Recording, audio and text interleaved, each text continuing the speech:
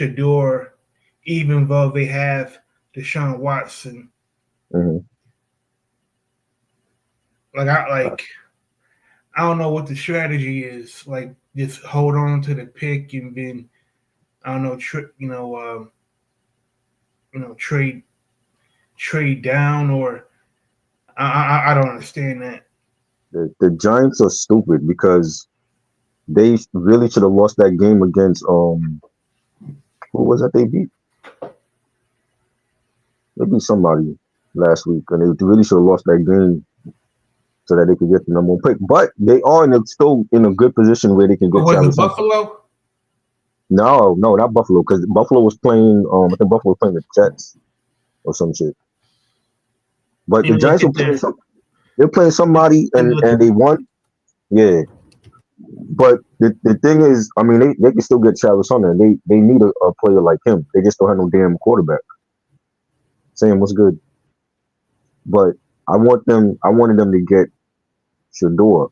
But if they're in a position where they can get the third pick and they can get Travis Hunter, they could. That's a good pick right there. They can have Travis Hunter on defense and offense, and then you got Malik Neighbors, but they still need a quarterback, and they can get Joe Flacco or something for a season. You know, they gotta get a quarterback. I would rather them get a veteran quarterback because they're not going to be able to get Shador unless they trade up.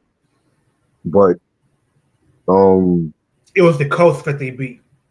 the Colts, right? And ironically, right, because the Colts had Joe Flacco on that team, and I'm like, yo, we really shouldn't have won that game. You know what I'm saying? But it is what it is. Maybe. See, the thing is, I don't think New England need a quarterback though. Y'all, they got what's his name in the draft last year? Drake. What's his Drake name? Drake. Mayo. Yeah, they got him. They don't need another quarterback. Tennessee need a lot of help. I mean, besides a quarterback, I mean, other than Calvin Ridley, I don't know who else is on the offense. So they need more than just Shador. And even with Shador, I don't see them. I don't see the NFL Network showing a lot of their games.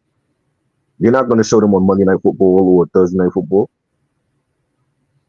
You know what I'm saying? So it's like, what if he was here in New York? This is the Mecca. They would show all his games. But You go to wait. Tennessee. Mm-hmm, You don't think like let's say like Cleveland drafts Shador. mm-hmm, Like whenever the Cleveland Browns, whenever their Monday Night Football game would be, you don't think there would be prime interest to see, no pun intended, for the nation to see prime son, can he live up to his daddy prime time on Monday Night Football? Like at least for one game, there would be I interest. mean, for one game, but it's like okay, like when the Jaguars drafted Trevor Lawrence, how many of those games was on prime time? But You know what I'm saying? Like, Trevor Lawrence did not have the star power that Shador has. yeah, but he was a high pick coming out of the draft. Like I saw But he Trevor was the in number one draft pick. right, Mm-hmm. and for that first or second season, they did well, but now they're back to being trash. And I feel like Shador going into Tennessee, it's already a mistake because I'm like that team is bad. You Oh my know what I'm God. saying? That team is bad. I just thought of something. I don't know if Mm-hmm. it would be a good idea to have John Morant and Shador Sanders in the same state. Like I'm not saying Shador will be on his John Morant, uh-huh. but Shador he's flashy, charismatic. Right. You know, he even though his daddy is Dion, Mm-hmm. Shador, if you let him loose, you know, he just might be in the clubs the same way that John Morant was. I think it's easy when it comes to sports. I think it's easier to turn around a basketball franchise than it is a football one. And I think that's what Morant already turned around the Grizzlies. You know what I'm saying? Because they expected to make the playoffs this year. They might even get Jimmy Butler if they trade the right people for him. You know what I'm saying? But with Tennessee, it's like it's going to take more than just Shador to make them a postseason team. I don't think they got the weapons around them. You know what I'm saying? Yeah. So it's like Other than, like I said, other than Calvin Ridley, I don't know who else is on the offense. I don't know none of their running backs, their tight ends. I don't know nobody else on it. They traded people away. They traded away due to Kansas City, the receiver they had. I forgot his name. You know what I'm saying? Like they Oh, I know what traded you're people. talking about. Uh, Starts with a The, D. the dude that was with the Texans. I forgot his name. He went to Kansas City. You know what I'm saying? Yeah, I And know what you're talking about. they traded people away to like because they didn't want to stay there. It's like who's to say Calvin really be like, yo, I don't want to stay here. You know, he wants to go to a winning team. You know what I'm saying? So how many realistically, how many games on Monday Night Football or Thursday Night Football they're gonna show the Titans? You know what I'm saying? If the Giants draft Travis Hunter, they're gonna show Giants games here. They're gonna show him play here. You know what I'm saying? So I'm looking at it like Dion. If Dion is involved in this shit, he should tell his son, by any means, come to New York. Forget Tennessee. They can't market you out there. You know what I mean? So Morant is even with Morant, it's like yeah, Morant turned around the Grizzlies, but how many people see him rocking his sneakers? Nobody rocks his sneakers like that. You know what I'm saying? They I mean, selling John. but I think that's relative to success. Like if the Grizzlies, if they were, uh, if they were, in the Western Conference Finals year Mhm. after year, or a scoring champion, then his visibility would be increased, thus increasing the exposure he would give for him to sell more sneakers. They selling John Morant sneakers right now at Ross department store for like maybe $50. They'll never do that with Jordans and LeBrons. You know what I'm saying? So it's like Morant is a big star, but he's not marketable where he's at. You know what I mean? But that's because the Grizzlies are still, they're a decent team, but they're not in the class of LA. They're not in the class of Golden State. Even with Golden State being terrible, Right. historically the Grizzlies have been a mediocre Right.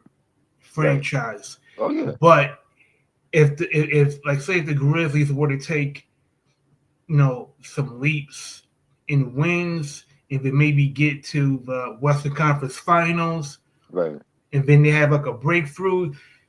John Morant with his athleticism, I believe would be not only be a household name, but people will want to get whatever he's identified with. Right. That's why companies pay athletes huge amounts of money, because people want to associate with who they see, who they identify as winners, and who are unique. Facts. Facts. But it's like the thing is like the Giants, they are at number 3, Hmm. so like I believe if you're looking at the draft board, I gotta believe Tennessee can't be sold on Will Levis. They can't be. So I think uh, people think Cam Ward has a higher ceiling than Shador. So I believe Cam Ward will go number 1. Now, Cleveland is a wild card because they don't need a quarterback. So that's what makes it weird.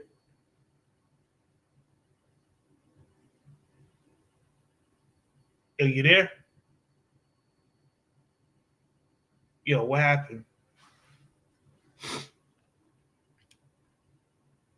Yo,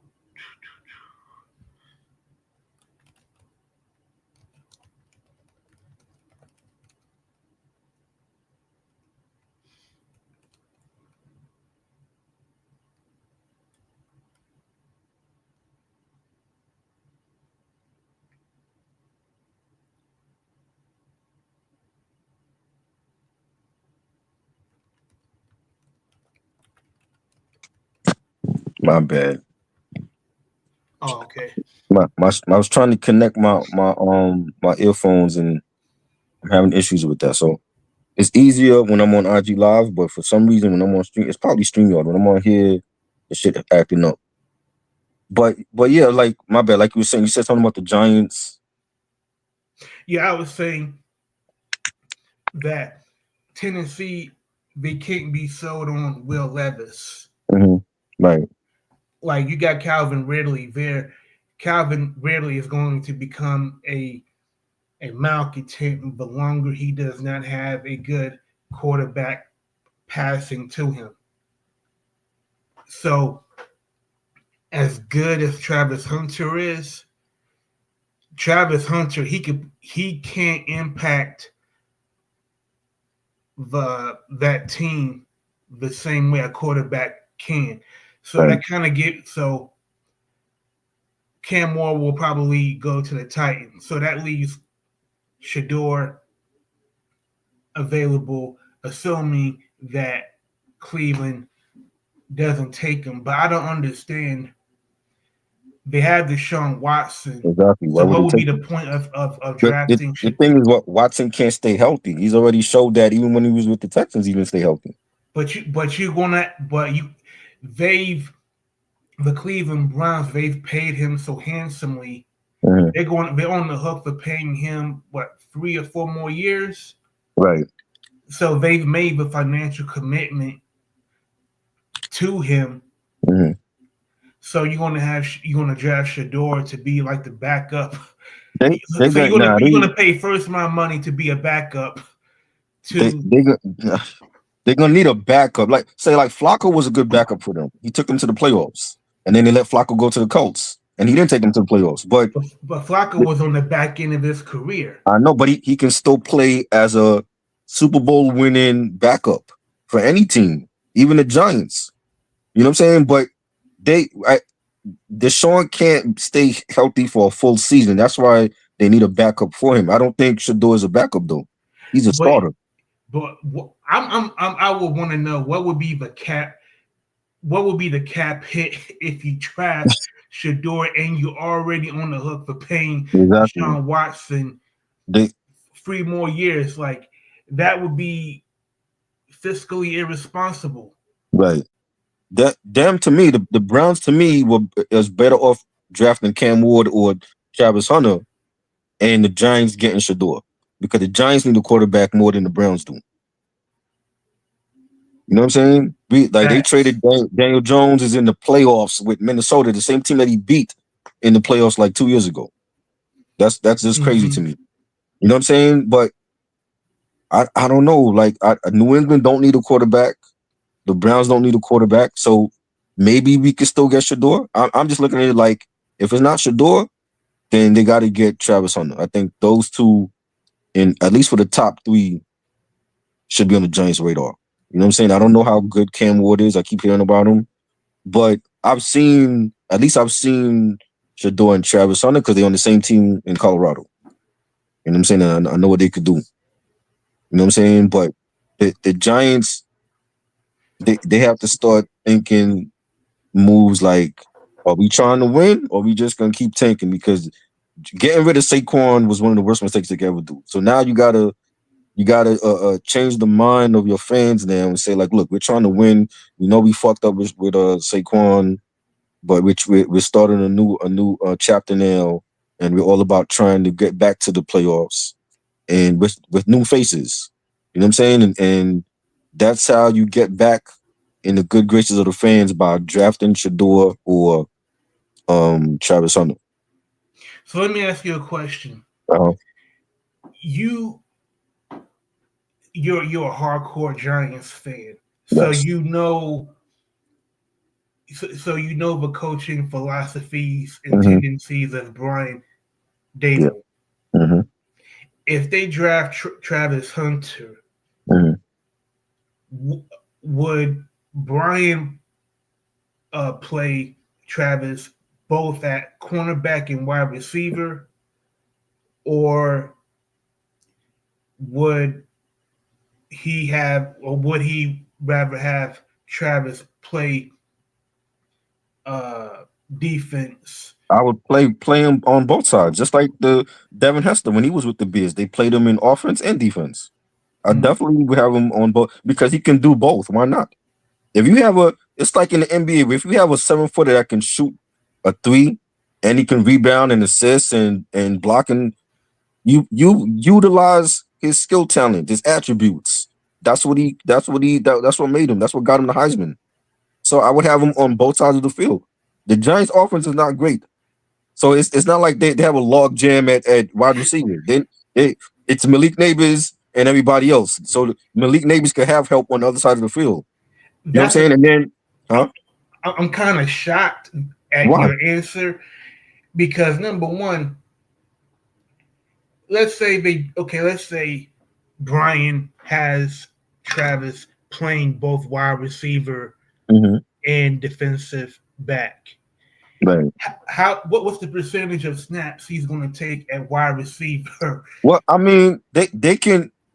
Devin Hester didn't take all the snaps when he was, they gave him certain plays and they mainly used them for the punt returns and defensive stuff. But Devin Hester was still a good, decent receiver. They wasn't looking for him all the time. He wasn't the main receiver on that team back then. And I don't think Travis Hunter gonna be the main receiver. It's still Malik Neighbors, but they can make plays to fit his skill set. You know what I'm saying? And Malik Neighbors need help on the other side of the field, so that's why you would have Travis Hunter there. But at the same time, utilize dude on defense also. You know what I'm saying? And I think that's what they got to do. They got to utilize his skill set. And you don't want to overwork him to the point where he gets injured, but utilize his skill set on defense and on offense. And that's how they're going to be successful. And I think if they don't do that, then they got to fire Brian Daboll. So you want to have so I can just picture it. So you want to have Malik Neighbors lined up at the X, right? And then you'll have Travis Hunter playing off. Yeah. I mean, you can have Travis for blocking as well. Right.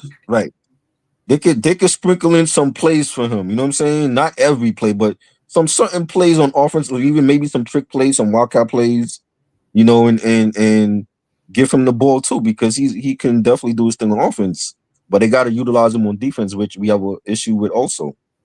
And that's why I feel like he would be a great fit for the Giants. Or for any team, you know what I'm saying? But it's not like our offense was blown away teams. Like we need a tight end. Our tight end department is crap. The receivers that we have, I never liked them. I always felt like they were like second and third stringers. They have none of them have stepped up to me. Other than Malik Neighbors, who is it? You got Slayton. So what has Slayton done? You know what I'm saying? It's like they got all these other receivers. It's like these dudes would be like third stringers on Kansas City. I don't even think Patrick Mahomes could do anything with them. In order to have a tight end, you got to have an offensive line that can protect. That too, I agree. And the tight end that we had, Darren Waller, he ended up getting married. His marriage broke up in like months, and then he ended up retiring. And he was like our one good tight end that we had. We don't have him no more, so they got to get a tight end.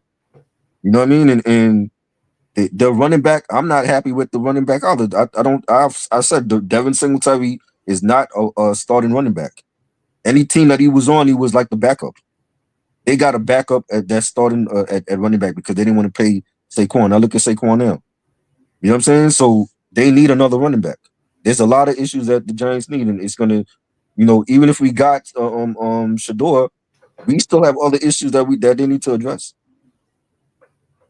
If not to be funny, but if the Giants draft Travis Hunter, seeing what his personal life is going through, you think it would be a good idea for? I don't even think. I mean, I don't even think he's gonna last with her. She's gonna be in New York, man. Nah. Just wilding out, man. I don't think he's gonna even last with her if he got drafted here. I think he's gonna be done with her by the time he gets to New York. You know what I'm saying? So I don't know. I mean, you had all these other people speaking out about it and telling them. I'm like, yo, only that man know the situation with that woman. So I don't if she's a gold digger or you know she's not loyal to him, then he'll realize it. You know, before it's too late, he'll realize it. Yeah, I agree. I would just, that just when you mentioned, the former tight end for the Giants getting married. Right. Like, Yeah, New but see York that is a was big market, man. Not right. everybody can handle being in New York. Right. So I'm thinking if he's defensive about his personal life right now, I can only imagine well, I mean, the hell she'll cause. the media the media not gonna come right out and ask him, but they know what's going on. You know what I'm saying? But it's like the Darren Waller was married to like a WNBA player, so that was like highly publicized. I think his wife had ended up winning the championship with the Liberty. You know what I'm saying? She on the Liberty, like they won the championship in June, so it was like everybody knew, and then they broke up in like months, and then he ended up saying that he's retiring. He didn't, and he told the Giants late. He didn't even tell them early that he was retiring. So they knew last minute. So it's like we have no tight end, and we traded for him from the Raiders. You know what I'm saying? So they need a tight end. They need a premier tight end again. We haven't had one in years. Before Waller, we haven't had one in a minute. So they have a lot of issues that they need to address with offensively and defensively with that team. But this would be a step in the right direction if they could draft Shedeur or Travis Hunter. Because now you're telling your fans like, yo, like we got Neighbors last year, we didn't have the QB film, but we are trending in upwards in the right direction to get back to the postseason with hopefully some quarterback that's better than Daniel Jones. So, you know what I mean? Like I said, I would take Joe Flacco on a 1-year deal over Daniel Jones at this point. So, yeah. You know, I know that Miami, when the Dolphins lost, there's rumors about, they don't know if Tua is their quarterback. I'll take Tua right now, because Tua, when he's healthy, he can ball. Miami tripping if they looking to get rid of him, and if you trading him, who you trading him for? You know what I'm saying? Who you trading him for? But see, Tua, because of his history of being riddled with injuries, concussions, galore. Right. I think let's say if Miami just wants to rid themselves of Tua, he's not. I would be shocked if he was a starter. He is, though. He's a starter on any team because he can. Maybe years ago, but going forward. But I mean, but he's not old. He's young. You want to put the farm on Tua leading your team when he doesn't play maybe 2/3 of the season. When he has to, it's not like he's the first NFL player to have concussions more than once. Like there's been plays that had it. You know what I'm saying? But he, being for his style of play, that's how he plays. Like he just has to, not get hit so much to the point where he's out for weeks. And I think he could do so. You know what I'm saying? And I think he's a great quarterback. Their style of play, Miami don't run the ball enough. That's another thing. Their running backs are not like, they don't run. They're a pass first, wildcat style type of team. You know what I'm saying? And I think they got to run the ball more instead of having their quarterback, alone on the island out there running for his life, and then he ends up getting concussed. And that's how they play. They play in a style where they need to run the ball more. And if they did that, maybe it would have cut down on the concussions he was getting. And they're not a good cold weather team. I think they're like 0-11 in cold weather. Yeah, I was watching on Sunday because there were no other games. Right. I watched that entire game when Miami went to MetLife and they got blown out by the Jets. Right. And Miami needed that game. They weren't going to make it into the playoffs anyway because the Broncos blew the hell out of the Chiefs. Yeah. But to me, don't you think that's more of an issue with the coordinator, the OC, more than Tua? Yeah, but that's what I'm saying. I'm like, for his style of play and the way that the team plays, they got to change up things to keep him mobile and upward, so that he's not going down in every game or he gets more. Cause I think the more concussions he get, he's gonna have to retire early, and it's gonna be unfortunate because that's a good quarterback, but because of the way that they play, it's dangerous for him. But they got to run the ball more. They don't run the ball enough, and they got plays that could run the ball, but they're not. You don't see it often because it's like they're thinking pass first, and or he's running the ball, and you know Lamar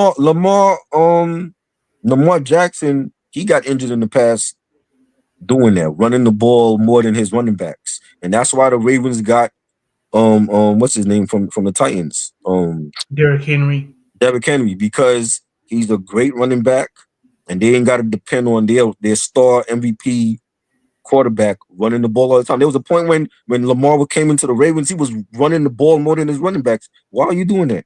You got running backs to pass the ball to. He's running the ball for 100 yards more than his running back is. And now they got Derrick Henry where they can just pass the ball to Henry and watch him do his thing.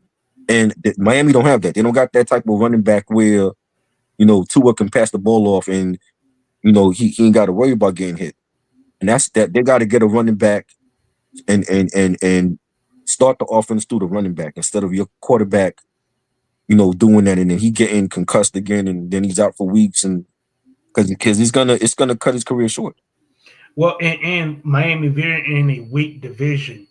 Right. The Bills are the only team that you really have to worry about. Right. So if Miami were to sew up their deficiencies at running back, they could be a wild card team. Right. Facts. I agree. I would love to have Tua here, man. You know what I'm saying? Because Tua, he's gonna find Malik Nabers. He's gonna find if we got Travis Henry, he's gonna find him. Like I think he would be able to do a lot. The offensive line is terrible though. But I think it would be more realistic for the Giants to reach out to the Dolphins to get Tyreek Hill. Because Tyreek Hill, he pretty much said he's over being in Miami. Right. I mean, he wants to win. I mean, you come from a Super Bowl winning team like Kansas City to the Dolphins. It's like, what you expect? He wants to win, and he wanted his money. You got your money. Now he complaining that he ain't winning. So you can't have it both ways. It's like you knew what was gonna happen, and I think Kansas City ain't been the same since without Tyreek Hill. Like they really lost their best receiver. I mean, but in a way, though, the Chiefs, like 85% of their offense goes through Travis Kelce. And Kelce didn't have a great season. He only had maybe 2 touchdowns the whole season. He had the worst season since he's been in the league. And I had him on my fantasy team. I could not start him. He was terrible. And look at their point differential. They like their margins of victory is like 2 or 3 points. Exactly. When that Christmas game when they beat the Raiders, they had they only beat them by 3 points. That game came down to a field goal. Right. I'm like, he had a terrible season. Like fantasy wise, he had a terrible season. You know what I mean? And I'm like, I don't know if it was because they were doing that on purpose or he was just off the whole season, but they need receivers. And they traded for the the dude in Tennessee, and he hasn't done shit since he been there. You know what I'm saying? And last year we said the same thing, and they wound up winning the Super Bowl. I don't know how, because their receiving core was trash last year. You know what I'm saying? But I think they got away with that last year. But this year it's gonna be harder to get past the Bills because Josh Allen is on a mission. It's gonna be harder for them to get past the Ravens. And I think they're gonna end up getting caught up. And if they should get past the Bills and the Ravens, they're not gonna get past the Lions. The Lions are too talented. And the Lions got receivers. And you mentioned something like Mhm. like when they traded for DeAndre Hopkins from Tennessee, Right. the offense still, I mean, they were winning, but it wasn't like the offense was more explosive. To me, it looked like it was the same as it ever was, and I think this is the year that either the Bills or the Ravens pick off the Chiefs. I mean, like the Chiefs, they do not look formidable. Like, to me, like they're ripe for the picking. They are. And we thought that last year, and look what happened. And even though I feel like the Niners could have beaten them in that Super Bowl, but the inexperience from the Niners is what cost them.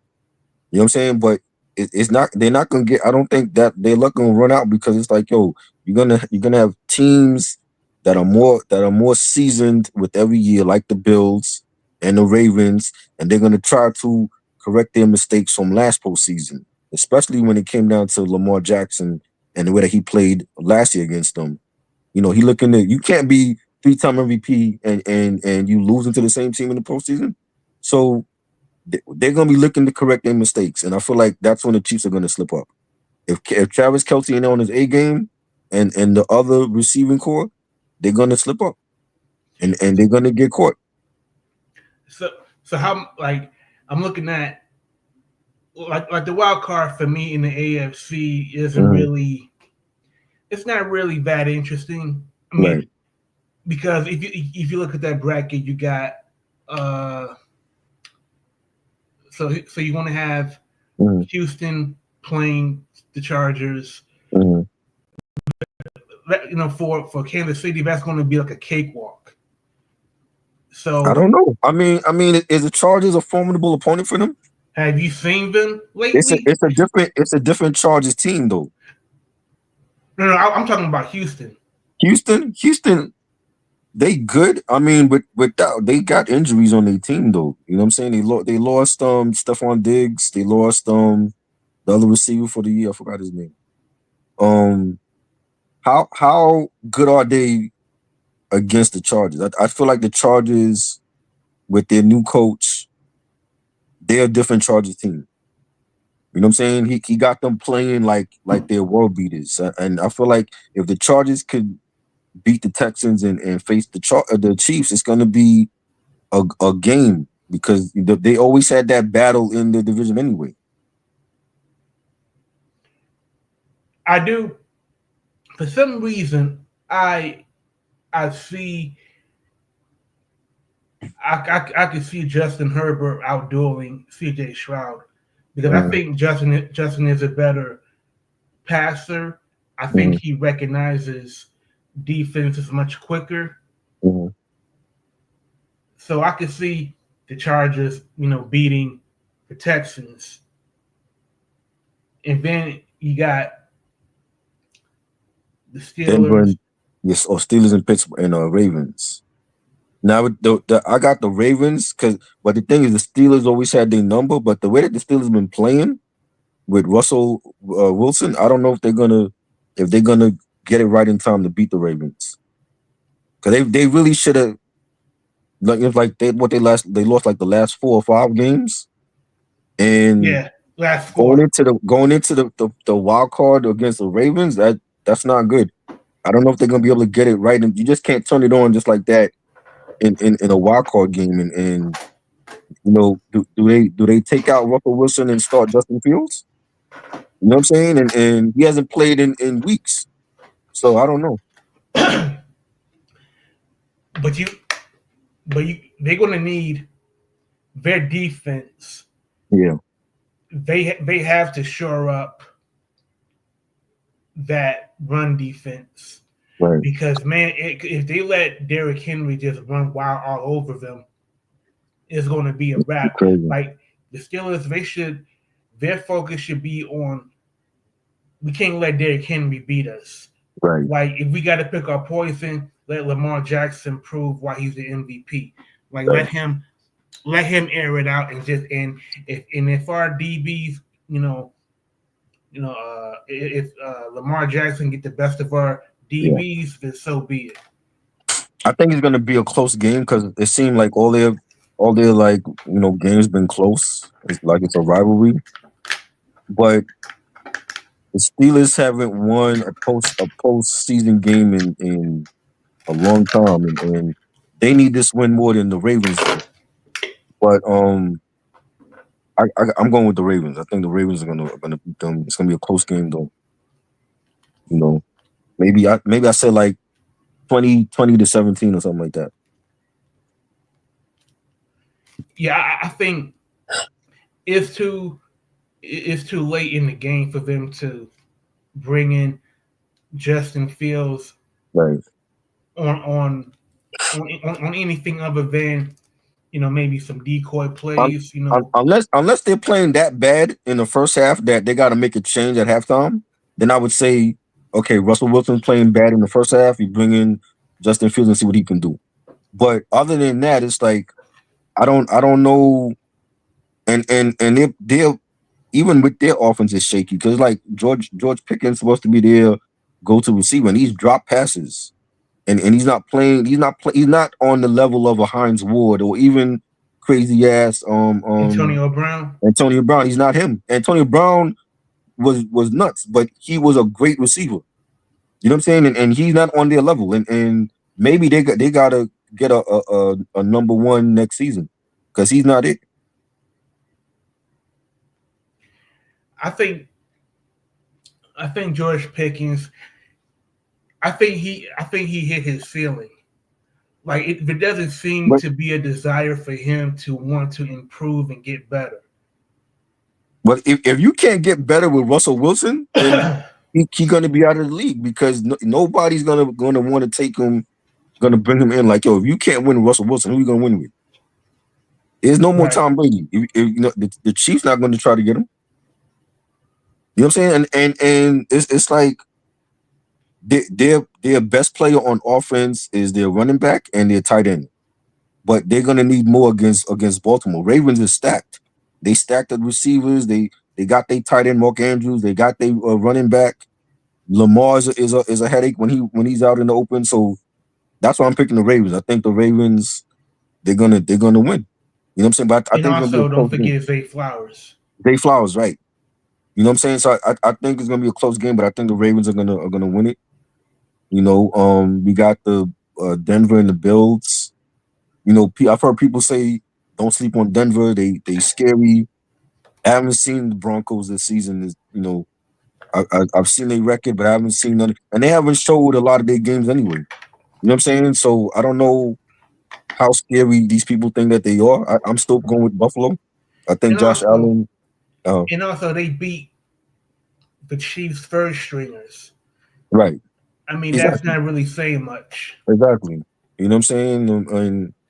And Bo Nix is having a good season, and the coach, Sean, he turned things around out there, but they got to go to Buffalo. You know what I'm saying? I think Josh Allen is on a mission this year to prove people wrong.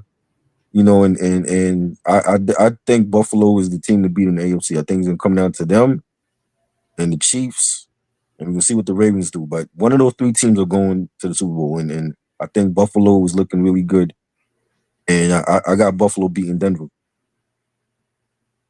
Yeah, me too. Now if they lose to Denver, then they got issues. But I don't see it happening. I think Buffalo gonna take care of they home field, and they're gonna win it. First of all, if Buffalo were to lose to Denver, to me, that would be it wouldn't be equivalent to this scenario because the stakes aren't as high, Right. but it would be as it would be as disappointing as the Bills reaching the Super Bowl and Right. never winning, because if you lose to the last wild card team Yeah. and they beat you, somebody's heads are going to roll. Facts. Facts. NFC, you got Commanders and the Bucks. Apparently they had a rivalry for years. I was just watching the clips of like the different postseason matches they had. I didn't even know it was a rivalry. I Especially don't know. when they play in different divisions. Right. Yeah, the last matchup they had was what 2020 when Brady was on the Bucks and he beat them. And I think that was like the year that the Bucks went to the Super Bowl, right? It was 2020. Yeah, I think so. Yeah. The Weeknd performed at halftime during that pandemic Super Bowl. I don't even remember that matchup, but apparently they got a rivalry going on. I don't know. I like the Commanders and what Jaden Daniels has done this year with them and turning that franchise around from being terrible and one of the worst in the NFC East. Now they're in the postseason again, and I like what they're doing. The Bucks, I like what they're doing with what's his name? The QB from that used to be with the Browns. I forgot Baker his name. Mayfield. Baker Mayfield. I like what he's done since he's been there. I don't know. I think that could go either way. I don't know who I'm picking in that. Because I mean the Bucks have more experience. This is like Jaden Daniels' first time, but he's not bothered by the spotlight at all. Like he seems to come up in the big moments, and I don't know. I think I could go either way, but I mean if I had to pick, I think I'm gonna go with the Commanders, just because I like the fact that they're back in the postseason and if they feel different, like we all season we didn't hear nothing about them even in camp. We didn't hear nothing about them. It was very quiet on their end. And Jaden Daniels has come out and he really should have been the MVP if it wasn't for the great season that Josh Allen had. Mm-hmm. I really thought that, early on in the season when they were like undefeated that it would be Jaden Daniels to take and I think he's gonna show up in the big moments too. Again, I don't think it's gonna be phased by the bright lights, and I think he's gonna have a good game against the Bucks. So we'll see. We'll see what happens. But I want to know, how are the Commanders going to defend Mike Evans? I mean Mike Evans there's a reason why he tied Jerry Rice for single season receptions. They're gonna have to put double coverage on them. You know what I'm saying? And I know the Bucks got their weapons. They tight ends is good, and they running backs and Commanders got weapons too on running backs and receiving core and all that. So Jaden Daniels is a problem when he runs. And it's gonna be I think that's gonna be a good game to watch. I think that's gonna be when you see it on paper, it's like Bucks and Commanders, but these Commanders are different. It's a very different Commander team. This is the first time really that they're going into the postseason with the new name, because last time they were in the postseason they were still Redskins. So what I mean? It's very different organization. They don't have the same owner no more. They got the same team colors, but the name change is different. The owner's different. And I just think it's new energy that Jaden has brought to that whole team, and I like how they've been playing the whole season. And I'm like, yo, they're gonna be good, and I feel like this is gonna be like a game where he's not gonna succumb under the pressure and the bright lights, and he's definitely gonna do his thing. Callie York said. I like the idea that Washington is back in the playoffs. Washington is a very important area. Period. Right. Just the history of the Redskins back in the day, and now the Commanders. Right. I'm glad that fan base is re-energized and we got something to root for. Facts. Callie York, salute. Subscribe to the channel. He said, would love to see Lamar finally advance. but KC has been his kryptonite. Yeah, we just talked about that. So let's see what happens. Like I said, you can't have a two-time MVP who could possibly win it again this year lose to the same team in the postseason. Last year they played terrible in the postseason against Kansas City, and I feel like if they should lose this, if they lose this year, it's like then they got to stop the whole talk about Lamar, ever taking the Ravens to the Super Bowl. I don't think as long as Patrick Mahomes is healthy, it's not gonna happen. And he has to be the one. Him and Josh Allen this year, one of them have to be the one to stop that and to end that that reign of the Chiefs going to the Super Bowl and they trying to get their third one and one of them have to be able to stop them. And if they can't, then all that talk got to be over. You can't be Josh Allen and Lamar because Patrick Mahomes is going to ultimately dominate and he's like going to be the Tom Brady of this era. Tom Brady part 2. And also, if the Ravens lose in the divisional round or in the AFC title game, right? Then when will Lamar Jackson ever get over the hump? Exactly. Josh Allen, because I believe if Lamar loses, then it's going to be between Josh Allen and Patrick Mahomes for years to come. Right. He just might be like like we talk about, top, like tier 1 quarterbacks. Right. Lamar might fall to tier 2 quarterbacks. Yeah, because it's one thing if you beat them. Regular season don't mean shit. Yeah, you beat them in the regular season, but the postseason is when it counts. And if he can't beat them in the postseason, then all that talk got to stop about Lamar and Josh and who can take down Mahomes because none of them could do it. Rams and Vikings Monday night. That's another good matchup.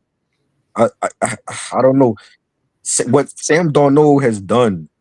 He really should be the MVP this year too. Like what he has done to come from a shitty team like the Jets and go to Minnesota and start and take them to the postseason and you get all the naysayers are saying that the Vikings made a mistake. Their rookie quarterback was out injured for the season. JJ McCarthy. Yes, and I love what Sam Darnold has done with that team.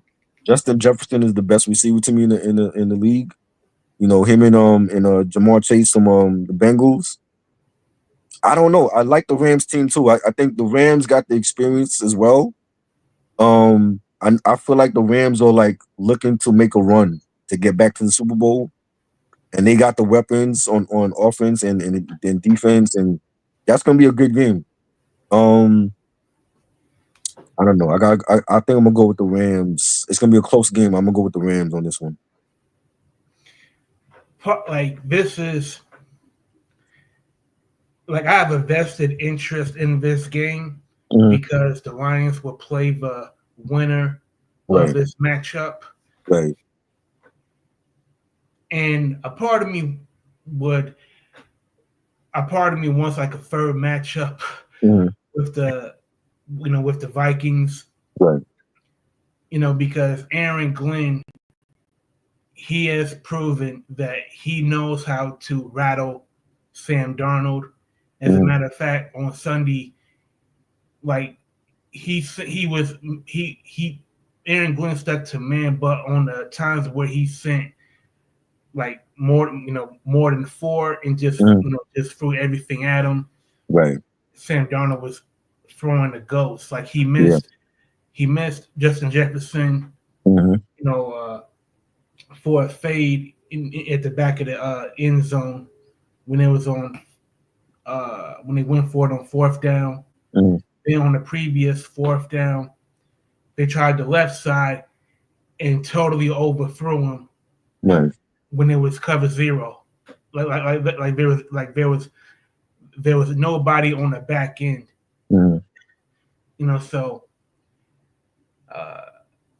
So I would favor the Vikings because they're 14-2. Right. And they're playing at home too. Yeah. Oh yeah. They'll be playing in LA, but LA is not really. No. Are they playing in LA or are they playing in Minnesota? No, they're playing in Los Oh, they're Angeles. playing in LA. Oh, I thought Minnesota would have the home field. No. Like the Los Angeles Rams, they won their division, Okay. so they guarantee one Right. one home game in the playoffs because the Vikings lost to us. Oh, that's right. That's right. Yeah, that's for the division. Right. Yeah, like Okay. the loser would be the 5 seed, and they would have to play on the road. Yeah. That's. I mean, Darno hasn't. He hasn't been in the postseason, so this is like his first postseason game. He might be shook for that. Playing against the Rams in LA, and I don't know. That's why I say I'm like, yo, I got the Rams because I feel like when they're healthy, I feel like they can make a run. And I feel like they might be trying to like make a run to go back to the Super Bowl and win it again. And the Vikings, Matthews, and I remember like the last matchup between the Rams and the Vikings. Mhm. Didn't the refs miss like a hand to the face mask yeah, penalty? I remember that. Yeah. And it was at the end of the game. Mhm. But I can't, like, for me, even though the Rams are at home and the Rams are more experienced, I just can't imagine a team with 14 wins. I know, but losing. this is also Darnold's first Super Bowl. I mean, not Super Bowl, postseason game ever that he's starting. Can he do it under the bright lights against the Rams in LA? That's the thing. Like, it's different in the regular season, but in the postseason when it counts, can he do it? This is not just another game. Can he do it in the postseason? Because if he can, then you start raising eyebrows like, yo, Minnesota beat the Rams in LA. You know what I'm saying? And they're gonna play the Lions, right? It'll be after this. Yeah. The winner of the Rams and Vikings, right? They will play us. And you gotta go to the Lions Den in Detroit in Ford Field against the Lions in a postseason. I don't know. I don't think Darnold. I don't know. Maybe mentally he's ready, but he got to show me because we remember him for how he played with the Jets and it wasn't good. But this is a different Darnold. I get it. He has having a Cinderella story this season, but I want to see him do it in the postseason when it matters. Because if he can do that, they got to give him his own biopic. And also the Vikings, Brian Flores, he's going to have to account for Pakua. Right. Yo, Pakua is a beast. He's a beast. He's a violent wide receiver, meaning like when he catches the ball, like his yards after the catch, it's hard to tackle him. Right. Yeah. Callie York said Detroit needs to get it done because they're going to lose DC Glenn and OC Johnson most likely after this postseason. Yeah, I agree. I was just talking about that with Chad Burrow. Like, this is like for like 3 years. Think about it. The owner of the Detroit Lions, Sheila Ford Hamp, she did it the old school way. Like, she had a plan. Right. After first of all, firing Matt Patricia could not have been done sooner. He was atrocious. Yeah. Sheila Ford Hamp, the owner, hired Brad Holmes. Brad Holmes, the general manager. This man is methodical. He, like, his decision making, the way that he scouts is second to none. Right. And by hiring Dan Campbell collaborated with Brad Holmes, and they both agreed on which players they wanted to bring on according to their philosophy. And it was Brad Holmes that drafted Jahmyr Gibbs. It was Brad Holmes that drafted.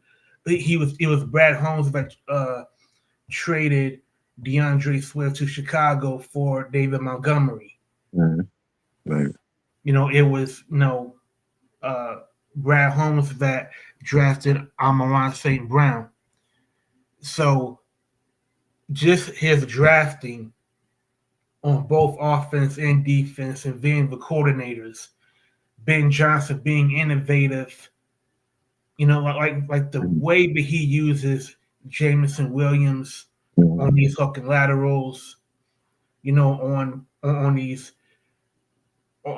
long passes, just down the seam. Same thing, Amon-Ra St. Brown, great slot receiver. Yeah. Man, like I agree. Like this is what we've been working towards for 3 years, and now it's like the stock price is about as high as it will ever get. Man. So it's time for us to cash out, win the Super Bowl, and if it's in the cards, if it's in the cards for them to go on to greener pastures and become head coaches on their own, job well done. What do we think about the Packers against the Eagles? Are the Packers one and done? Oh yeah, I'm not. Man, the Eagles are going to win. I think they're gonna win too. They'll win by 10 at least. Okay. Yo, first of all, the Packers offensively, Dobbs has been dropping passes a lot. And also, it's going to be in Philly. The weather is going to be. Christian Watson is out for the season. I think he tore his ACL. So he's out. Yeah. The quarterback, Jordan Love, he had an injury, but he's still going to play. So I don't know how healthy he's going to be in the cold weather in Philly, and I think Philly is they ready. I think they ready to shut the naysayers up, and all the issues with the coach and the quarterback and the receiver not getting the ball. I think they ready. They ready to shut the naysayers up and get back. I'm looking forward to the Lions and Eagles showdown to go to the Super Bowl. I think that's going to be I think that's the matchup people want to see anyway. But I mean, Packers have a good team. They just I don't know if they can go into Philly and beat them. But also, Jordan Love has a history of throwing bad interceptions. Right. Like, for example, I still have I DVR Lions games all the time. So I rewatched the Lions game at Lambeau Field, and the Lions sent a rush, and Jordan Love, he was trying to get rid of a ball, but the ball slipped out of his hand and it was slick. And he threw right to Kirby Joseph, and Kirby Joseph ran it for a touchdown. When the pocket collapses, he is susceptible to throwing pick sixes. Right. And losing fumbles. And Philly is a tough football town. And as good as Green Bay has been, I mean, I think they're 12 and 5 or 13 and 4. To me, they what they don't have is Saquon Barkley. Right. Like they don't have a running attack that can sustain a drive and eat the clock, and that's what Philly is going to do. We just talked about that. I got Tamisha Dawes is going 1. I think Cam. I mean, I don't know. Cam Ward, is he going 2, or is it Travis? To me, I think it's gonna be Shedeur, Travis, and then Cam. I know people have it lined up differently. They say Cam might be 1, and then it'll be Shedeur and then Travis. But I think also it's gonna depend on the needs that the first 3 teams have, what they want, I should say. Like, I don't see Cleveland drafting another quarterback. New England, to me, don't need another quarterback. They got Drake May. I think the Giants, they definitely need either Cam or Shedeur or Travis Hunter. But for the Giants, they definitely need a quarterback. pick either or. Like if it's not Cam, then Shador. They need one of those quarterbacks. But I think those are going to be the top three right there. I don't know. Like I said, like if Cleveland decides to draft a quarterback, that means they're going to get rid of Stevenson. And where Stevenson is going to go, I don't know. But for all the guaranteed money that they gave him, he has to actually come out and be healthy for once. He hasn't been healthy at all. And I don't see the need to rush and draft a quarterback for them. And you got a $200 million QB on your roster already. You know what I'm saying? So this is more about need for the top three teams. And the Giants need a quarterback more than Cleveland, more than Tennessee need a quarterback too. My issue is if Deion is a part of the drafting of his son, I don't see a big market for Shador in Tennessee compared to New York. You know what I'm saying? Like we talked about earlier with John Morant. John Morant is one of the best new stars in the NBA, but they don't show Grizzlies show games on primetime. They show LeBron, they show Steph, they show Giannis. They don't show John Morant, and he has them winning in Memphis, but he's in a smaller market compared to LA and New York. I mean, Milwaukee is a small market city. But Giannis has won. He got that chip from Milwaukee. John Morant hasn't. You know what I'm saying? And he also coming off of a suspension from last season with the whole the gun thing on, waving the gun in the dude's car, and he had the gun on Instagram Live or whatever. You know what I'm saying? So it's like it's I don't know, maybe they're doing that on purpose to like rebuild his image slowly. But yeah, he has them winning in Memphis, but they're not on primetime. You know what I'm saying? It's like who's wearing his sneakers? Like I've never seen nobody in New York wear John Morant sneakers. They're wearing Jordans though. Jordan been gone for like 20-something years out of the league, retired. They still wearing Jordans. I mean, but Jordan is Jordan is a legacy brand. Like to me, Jordan look like the Jordan brand is like General Motors, General Electric. They're wearing Kobe. They're wearing Kobe's. They're wearing Kobe's. They're bringing out all the old. That's because he's a legacy player. You can find he's an all-time great. Bro, you can find John Morant sneakers right now at Ross Department Store for $50.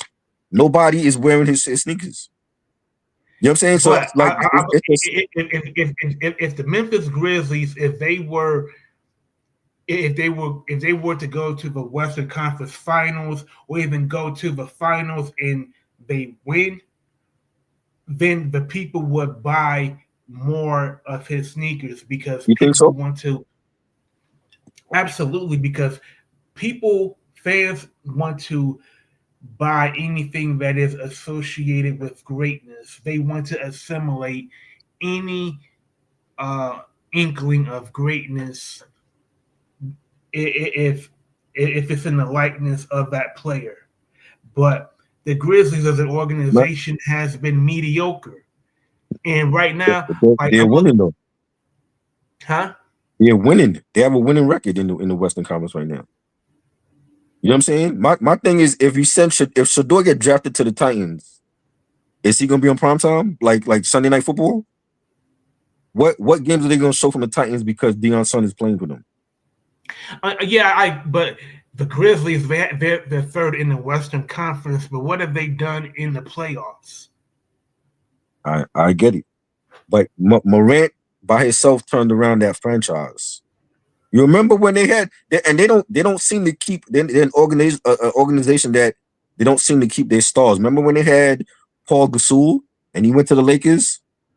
They had Rudy Gay and he left. Every major piece that they had end up going somewhere else. You know what I'm saying? John Morant really turned that team around. When he's healthy, he's balling out and he's one of the best in the league. But his off the court incidences is why I feel like they're slowly promoting him back to where he was at one point. But you know Paul Gasol was a utility player. Paul Gasol, when Gasol was there, he was the main reason why they were winning. until Kobe was like, "Yo, I want Paul Gasol to come play with me and Lamar Odom," and he got 2 rings out of that. I agree, but Paul Gasol was not the player that Ja Morant is. I know. Ja Morant is a generational talent. I get it. Paul I get it. Gasol wasn't. Right. So But when the I'm just Lakers saying, traded for like Paul in Gasol, in, he in the had no Grizzlies, value I'm there. saying like in the Grizzlies legacy for that expansion team, every major player that they had ended up going somewhere else. You know what I'm saying? Gasol was winning, you know, in the Gasol era, and then you had Rudy Gay, you had Zach Randolph and Marc Gasol. They were winning at one point with Mike Conley. They all left. You know what I'm saying? It's like Morant brought them back from irrelevancy. So now they got to build around Morant. You know, maybe they get Jimmy Butler from Miami, so they could build like a real championship team out there. But I'm saying they still don't show their games, and they third in the West. So what you think gonna happen with Shador if he get drafted to the Titans? They got little offense on that team. I don't even know how good their defense is. Well, recently it was just reported that the Tennessee Titans fired their general manager. Mm-hmm. Okay. So so now they have to do a search to fill that position. Mm-hmm. So whoever they have at general manager, the brain trust is going to have to come to a meeting of the minds and come up with an objective on what they want to do with the franchise for either Cam, Shador, or Travis. Now we know that they're not going to draft Travis. More than likely they won't. Mm-hmm. Now, I agree. Even in the age of social media and digital technology, you can become a star without being on the coast. Right. Now, I agree. New York City, the biggest metropolitan city in the country, the biggest media market. Shador would be Madison Avenue's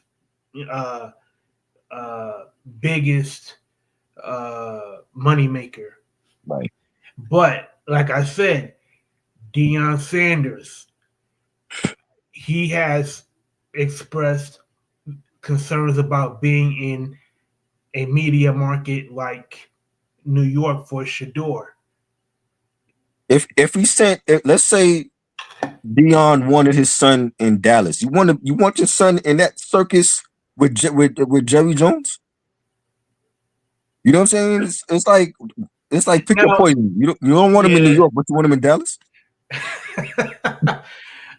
Well, Deion Sanders, if I remember, if I'm getting this correctly, Deion Sanders has a relationship with Jerry Jones because Deion Sanders played for the Dallas Cowboys in the early to mid 90s. I get it, but at the same time, it's like if you that's a mess out there in Dallas. You really want your rookie QB son to be put in that drama with the owner, and I just think he's better off in New York. It's a great city for his brand.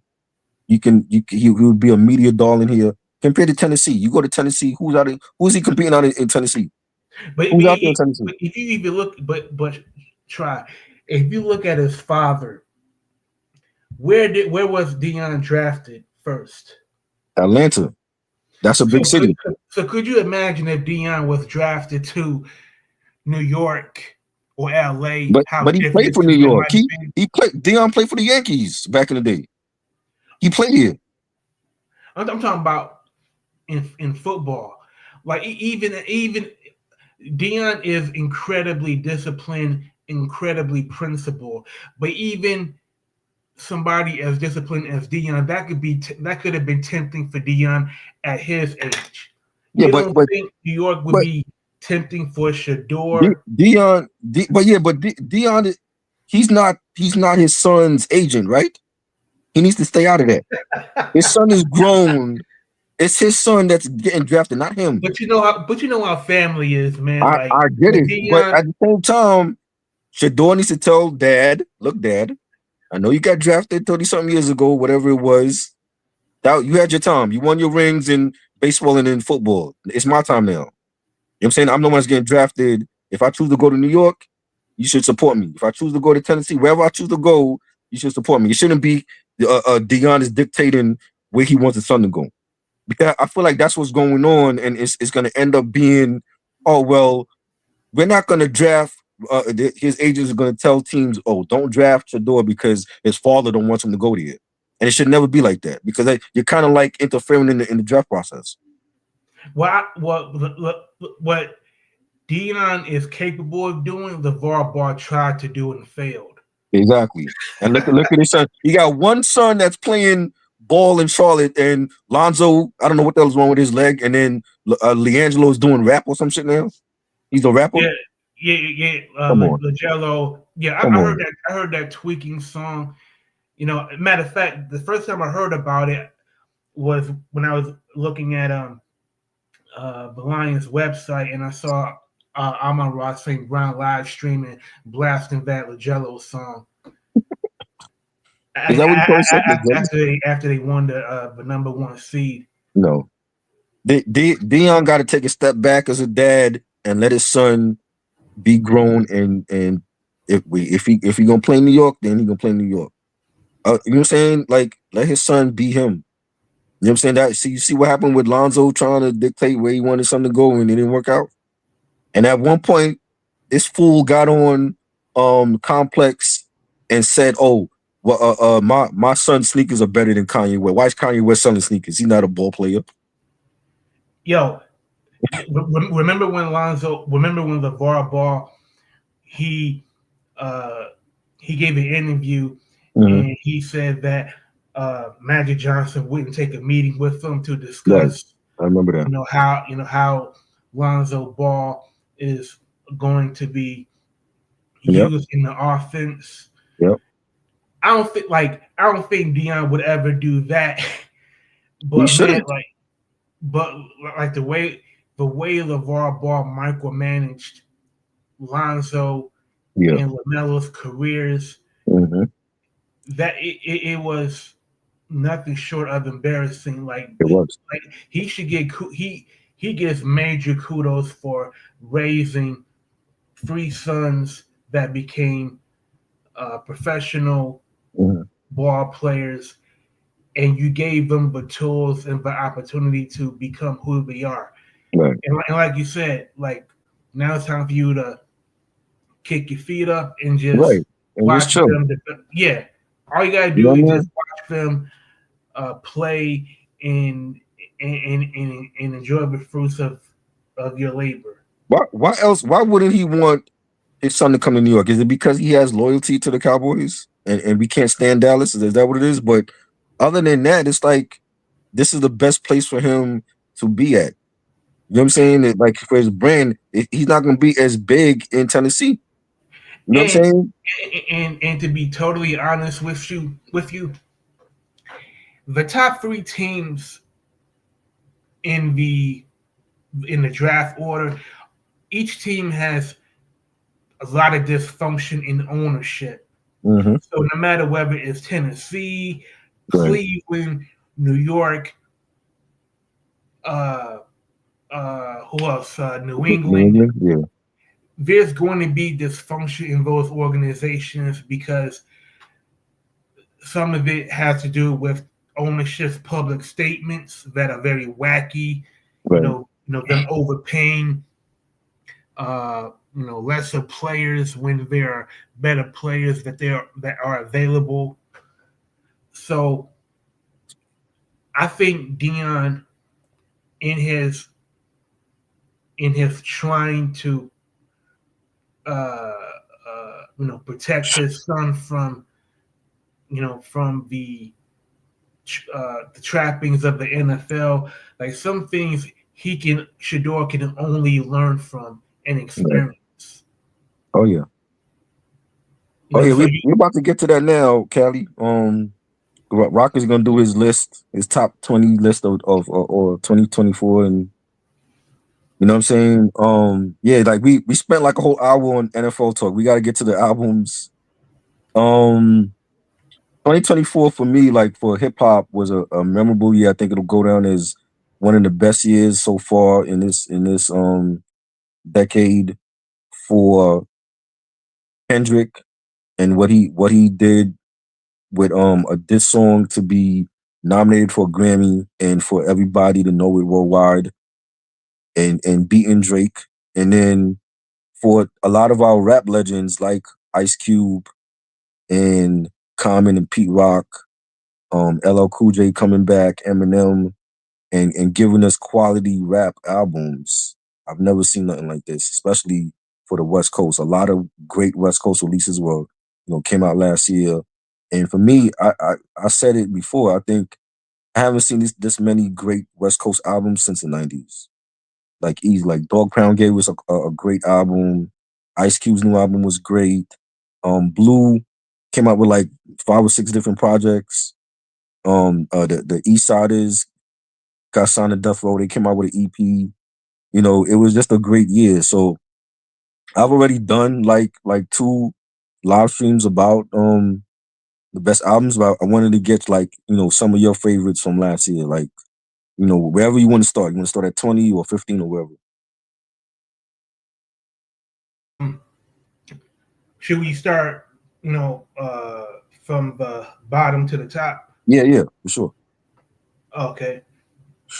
So, you going first? I mean, I already did my list, but like in my 20s, I had like I had what was one of my favorites? Damn, yo, I should have looked at my list. It was a lot of albums I had. Doechii.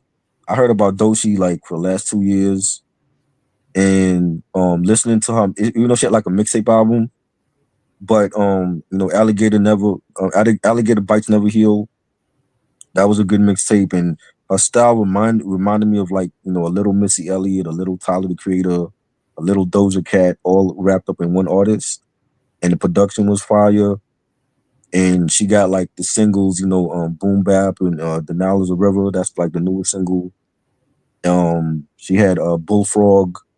You know, I really enjoyed her mixtape. Like, and I never heard nothing of hers before then, but I kept hearing Ebro from Hot 97 keep talking about her. And I was like, yo, let me check her out. And I was really surprised by her mixtape, and I want to hear like her full length album when it finally drops. And you know, her album was good. It's definitely a pleasant surprise. Okay. So at my at number 20, let me find my list. Let's give us like the important releases to you in the top 20. Okay. So not all 20. Yeah, I mean, yeah, not all. You can mention them, but like I want to like get your take on why a certain album was like in your top 20. Like why was this album at number 15 or number 10 or whatever? Okay. So let me start with my pick at number 12. Mm-hmm. Okay. Now, this is an album by a member of an iconic rap group. Mm-hmm. And the name of the album is Chasing the Devil Part 2 by Krayzie Bone. I didn't hear that. I didn't know Krayzie Bone dropped anything last year. Yeah. Wow. Well, he I believe he dropped it this summer. Okay. And I love this album because it's a sequel to a concept album that is about the push and pull between the side of God and the side of the devil. Right. And thematically, the songs are breakdowns of human nature. Mhm. And Krayzie Bone is such an exceptional writer, like what I really value Crazy Bone for is his use of harmony. Right. Well, like the way like his musical ear is incredible.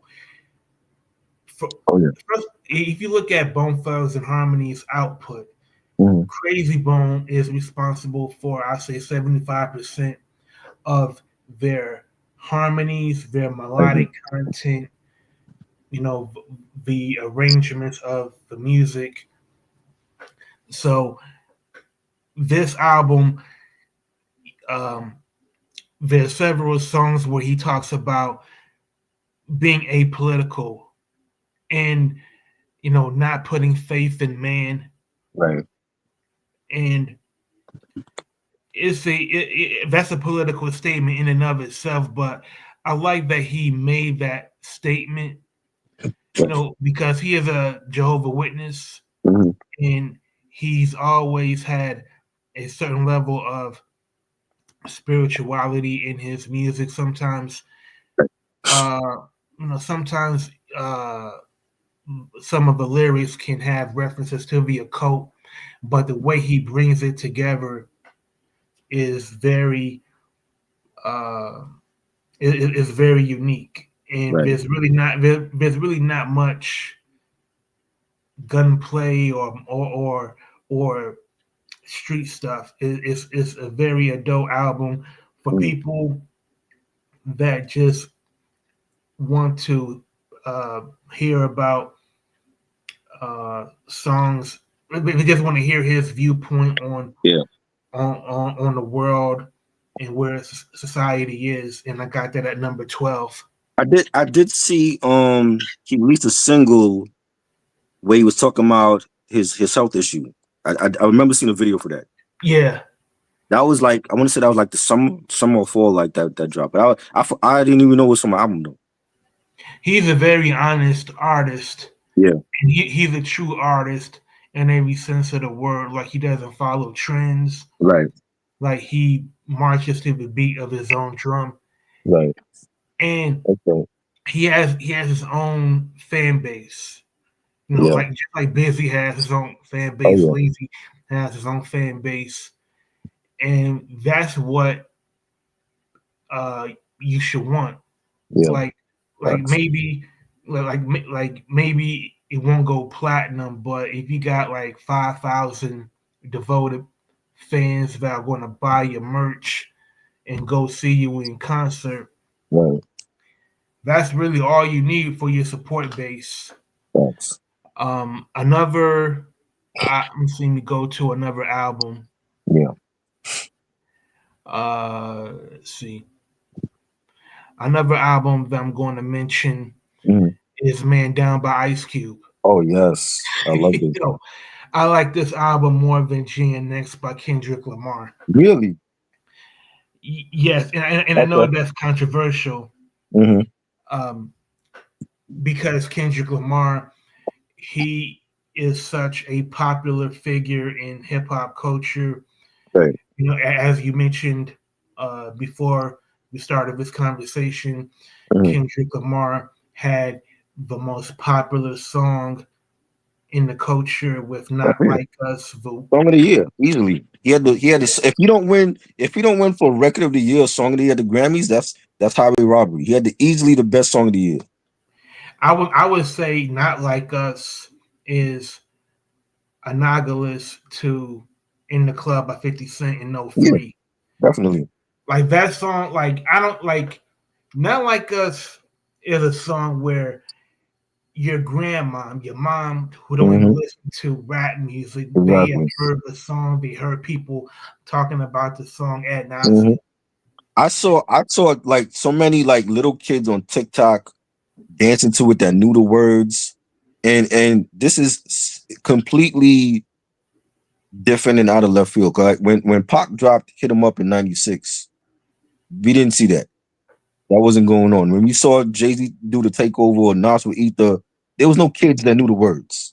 But with this song, it's transcended beyond a diss track to like a homage to like the West Coast and that's the way that Kendrick, had that whole pop out show and putting on for the West with the West Coast artists, like, you had a YG there and Jay Worthy, and it was great. It was something that was needed for hip hop, and he celebrated the West, and last year was his year. He definitely showed out, and then to drop an album to cap it off, and I think the album is great.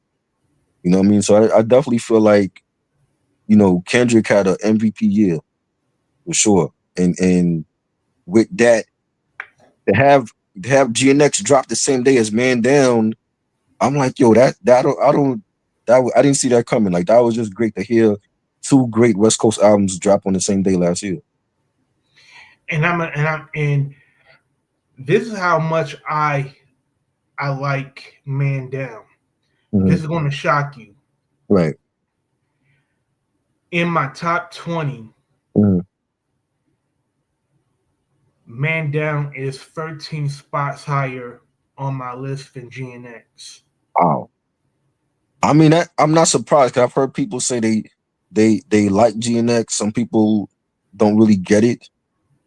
It is a different sound for Kendrick. 'Cause I think people are so used to hearing Good Kid, Mad City and To Pimp a Butterfly Kendrick, but his music has to evolve. That's what makes you a GOAT. You know what I'm saying? It's like he's not going to do the same album, over and over, and with each album, it's a different sound for him. And I think with this album, GNX was more West Coast, had more of a West Coast sound to it. But every joint on there was a bop. You know what I'm saying? Every joint on there, he didn't get too heavy with the subject matter like he did on Mr. Morale and his past albums. You know what I'm saying? It was like a feel good, just throw on the album, you can cruise through it, you can bump it, from Squabble Up to Luther to Reincarnated to the Hard Part 6. I love every track on there. And when I first heard it, there were some tracks that hit harder for me than others, but when you play it constantly, for me at least, I think that's when I enjoyed the album more on multiple plays. Some albums like that are gonna hit you immediately, and then there's some albums that you got to go back to. And this is one of them. But I think it's a great album. The production by Soundwave and having what's his name Mustard on there. TV Off is one of my favorites on there, and having SZA on there, and I liked it. I think the album's a banger. Now, I got to be totally honest with you. Mhm. There are some songs on GNX that I had to deduct some major points for. Right. Number one, I did not like Luther. Wow. And You I didn't like had the Luther sample? You didn't like that? I don't mind sampling it, Mhm. but I just didn't like the way they sampled it. Like, Right. number one, hearing Kendrick and SZA sing Luther as an R&B duet Mhm. didn't do it for me because number one, Kendrick does not have the pipes Right. to croon, and I would rather listen to Ashanti and Ja Rule sing their countless songs together than listen to. I mean, like I said, if you remember on Damn, he kind of did that too. That drum with Rihanna.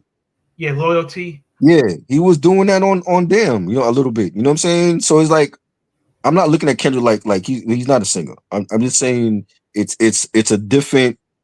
Kendrick has evolved like with every album. So I don't expect, you can't expect Damn to sound like this. You know what I'm saying? And I get, like, there's still diehard fans that they want that Section 80 Kendrick. They want Good Kid, Mad City. I think he's evolved from that.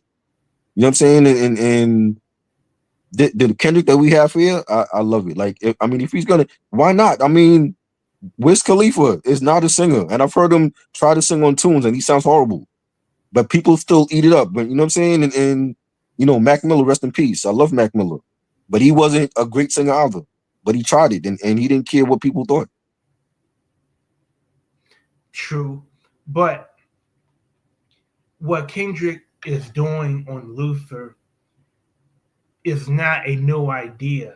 For Right. example, Domino did this in '93. Mhm. Bone Thugs and Harmony, as I mentioned, they mastered this throughout their entire careers. Right. So for me, I appreciate that they're paying homage to Luther Vandross because Luther Vandross deserves Mhm. uh, uh, all of the respect and accolades that he warrants. You know, Right. even as a deceased all-time great. But I've heard this song when I didn't even want to hear it. I've heard this song at the bank. I done heard it, you know, at the grocery store. I mean, Like I because get it. I get it's it. a It's a hit. People love to sing along to it's it. a bop. It's a bop that people, and if especially if you old school and you remember the Luther stuff, they're gonna love what Kendrick did with the sample. You know what I'm saying? Like I don't take it seriously. It's just like it's a bop for me. Like, oh, this is a bop I could throw on. You could bump it.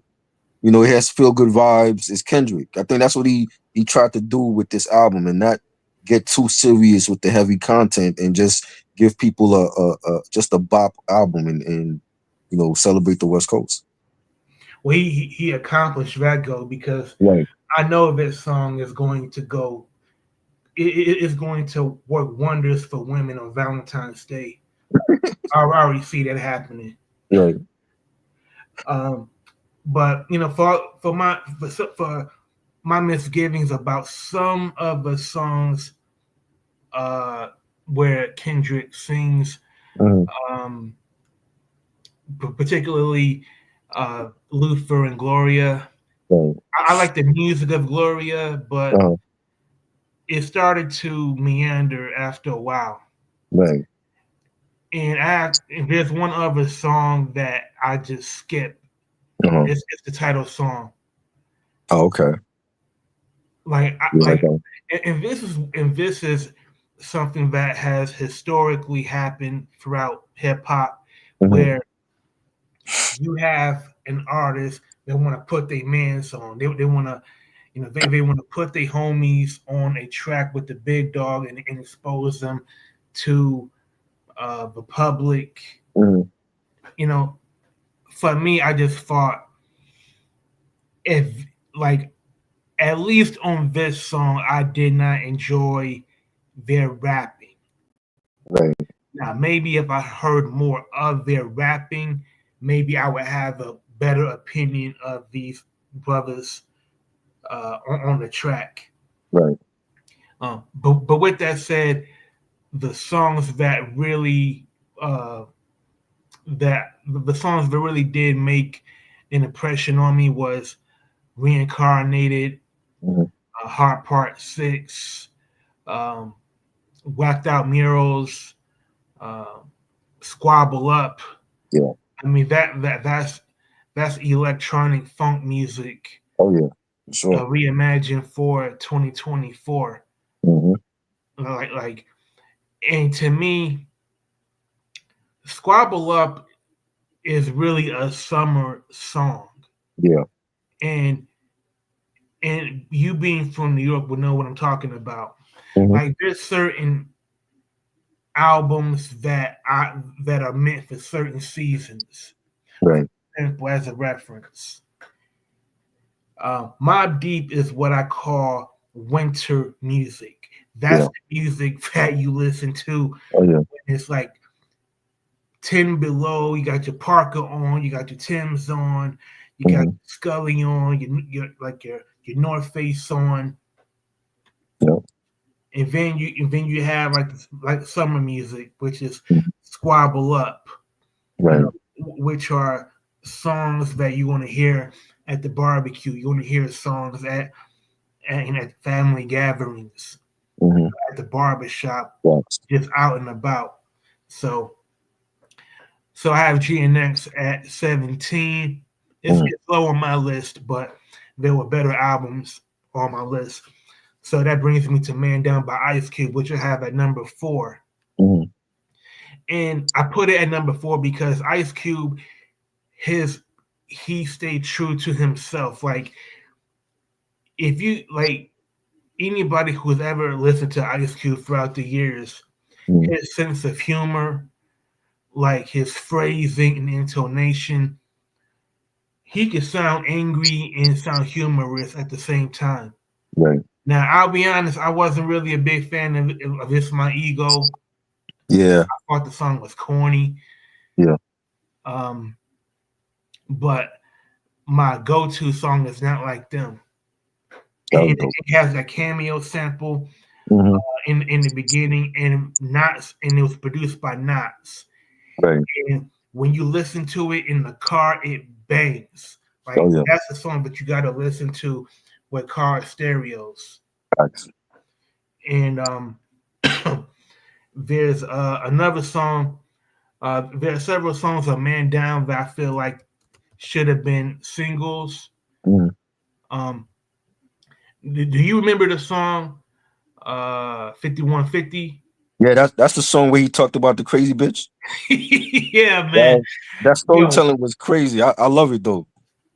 Like I like with Ice Cube's visual storytelling as a director, Mhm. like I would love to see him make a like a like a short mini movie Yes. like Michael Jackson did with Thriller, but Yeah. do 5150, and you can have That's what I said. like you can have Mike Epps. Mhm. You could have like what was Lady Rage's character in Friday After Next? She was I forgot her name. Yeah, she was the one that was going after Craig. Yeah, she could play the crazy woman. Right. But see, I had Yo-Yo playing the crazy girl. Okay. Because Yo-Yo and that's I like, got you. Yeah. They have history together. Yeah. Yeah, You know, and you know, like Baby D, Cube, that's right. Baby D, Baby right. D, like Cube, he is so unfiltered and so outlandish. Like he Yeah. doesn't care about being politically correct, even at this stage of his life. Right. And Man Down is to me, it's more of a West Coast album than GNX is, just in terms of the feel of the album, the pace of the album, and who he collaborated with. Yeah. For example, if you look at the track listing, he did a song with Corrupt, Fighting for I love My that song. I Paradise. love that song. That song, Corrupt sounded so dope on that lyrically. Yeah. And that joint is produced by David Banner, and Corrupt is like since he said it himself that after he became sober, he found his love of He sounded like it. You listen to the Dog Pound album, he sounds like vintage Corrupt on that. Yeah, like he sounds like Corrupt sounds. I haven't heard Corrupt sound this good since Streets as a Mother. Yeah, it's been a long time. And then he was doing reality shows with his wife and shit. Yeah, You know, and I'm happy that like he got his life together. Yeah. And then you got Break the Mirror with Exhibit. that was good. I think that's gonna be the next single. I seen Ice Cube post something like that on IG. Yeah. Yeah. And to me, that's how it should be. Like, Mhm. you know, like Cube don't need to put anybody else on. Like you know how you know, you'll hear certain rappers in certain neighborhoods be like, man, this dude ain't put me on. He's fake. Man, let me tell you how he really is. Like, Cube, he done put on so many rappers, man. Like from the Lynch Mob, Yeah. from Mac 10, Yeah. to Dub C, Caution. Remember Caution? Caution. Yeah. Hell, even Cam, even West Coast Cam. I know West Coast Cam and Cube don't see eye to eye, Right. but Cam can't deny that Cube put him in the industry and gave him an opportunity to to make a career Right. in music. So for me, Man Down is the best Cube album I've heard maybe since Lethal Injection. Yeah, 'Cause a lot of people said I that. wasn't really a fan of the Peace and War disc. Yeah, I didn't. I have those, but I like the peace disc over the. I like the war disc over the peace disc more to me because it sounded more dark. It had like a more horrorcore sound to it. Yeah, and also like that was at a time when Cube was on this Don Mega, Yeah, like it was. like his alter, like he really made an album out of an alter ego, Right. and I think like creatively, like he was like a bull out of the Yeah. China shop. And even like when I saw the video for "It's My Ego," and he's dressed like Don Mega Cube, I'm like, he's not coming back. You're not doing a whole album with Don Mega again. You know what I'm saying? So I wasn't really sold on the first single until I heard the album. I'm like, oh, this is the Cube that we all wanted back since the '90s. You know what I'm saying? Because I didn't like none of his 2000 stuff. Oh yeah, he also had a like I remember when Cube had that song about race. Mhm. Yo, no BS. Mhm. After this is over, go on YouTube and type Oh. in Ice Cube Race Card. Okay. And Race Card is it's the theme song to a show that he did on VH1 involving race relations. It is the corniest song about race. Like it sounds like Schoolhouse was it school not Schoolhouse Rock, but was it Junction whatever Yeah, that song, that was Schoolhouse Rock. yeah, Schoolhouse Rock. Like it Yeah. sounds like something. It sounds like a song that breaks down race for elementary school kids. And like the crack started to happen when War and Peace came out because that was supposed to be a double disc, and he ended up releasing it separate. And then he was already like in Hollywood. He was doing all those films, and then coming out with "We Be Clubbing" and "You Can Do It," and I didn't like none of that shit. And I totally like skipped all of that 2000s Cube. And then But you know why he did it? But not to cut you off, but you know why he did those songs? Why? Because "We Be Clubbing" was a big hit. It was a hit. Once we saw that the streets was loving "We Be Clubbing," he Mhm. went back to that formula and he made another song called "This Throw You Back Into It." Right, you can do it, right? Oh yeah, we can do it. Put your back into it. Right. But it was I didn't listen to none of those albums. Like and I have was it Laugh Now Cry Later? I have that album. I don't play it. You know what I'm saying? I just wasn't feeling what he was coming out at that time. And then I listened to Everyone's Corrupt. That had some joints. It wasn't a great album still, because still some shit on it that I didn't like. But listening to this album, I'm like, this is the Cube that people wanted again for so long. And I felt myself saying that about a lot of artists last year, including LL Cool J, and they returned the form. And I'm like, this is the type of albums that and music that we want to hear from our rap legends. We don't want you to do what Little Yachty and this one is doing. We want you to do what you're known for doing.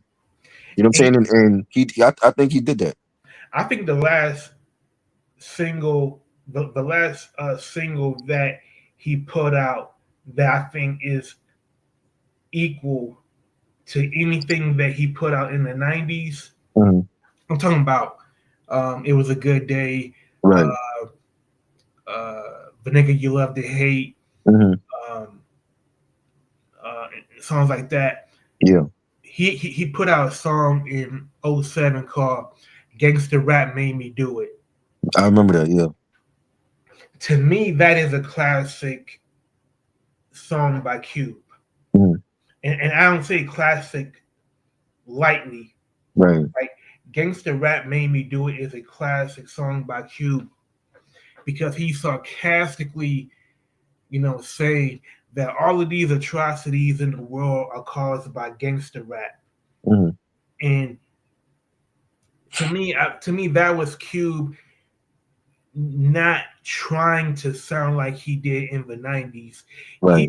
He was just rapping about his concerns and how he saw the world in 07 right in the moment. He wasn't trying to sound like the Predator. He wasn't trying to sound like America's Most Wanted. Mhm. And that's what the other album was in the 2010s were like. Yeah. It's like I got to get back to being socio-political. Like the reason why those albums kind of fell flat to me is because like the way he talked about, you know, heavy topics, it wasn't. It just felt basic. It just felt like Yeah. Cube had just read, you know, what was in the headlines and just decided to, you know, include it in his verse instead of just genuinely talking about it from his perspective, Right. just as a human being, not just from taking certain pieces from the headlines and from news networks and But trying to write a song about it. he had a nice balance on this album. He didn't take himself too seriously.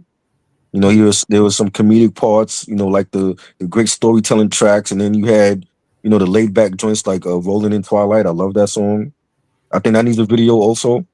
Yeah, So Sensitive, where he's talking about, you know, people being so sensitive about shit. To me, that's a very radio friendly sound. Yeah, definitely. It has a G-Funk sound to it as well, and Take Me to Your Leader and Scary Movies. I feel like it's an album that he gave something for everybody on.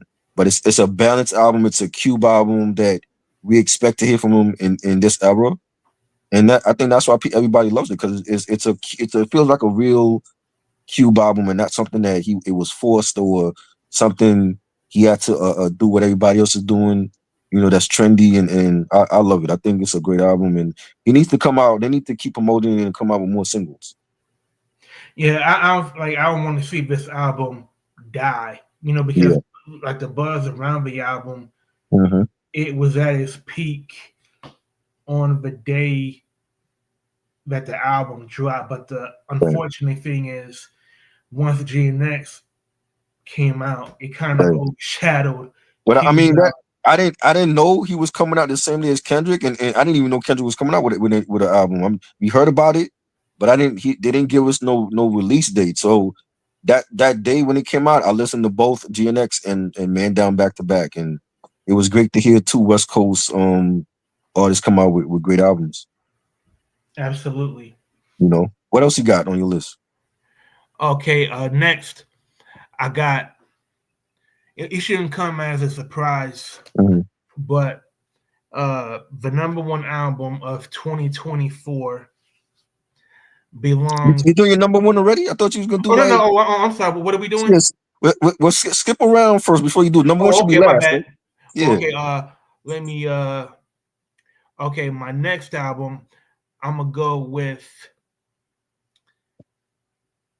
No Atheist in the Foxhole, which is number 3. Locksmith is my favorite MC of 2024. Okay. He doesn't have the number 1 album on this list, but Locksmith is a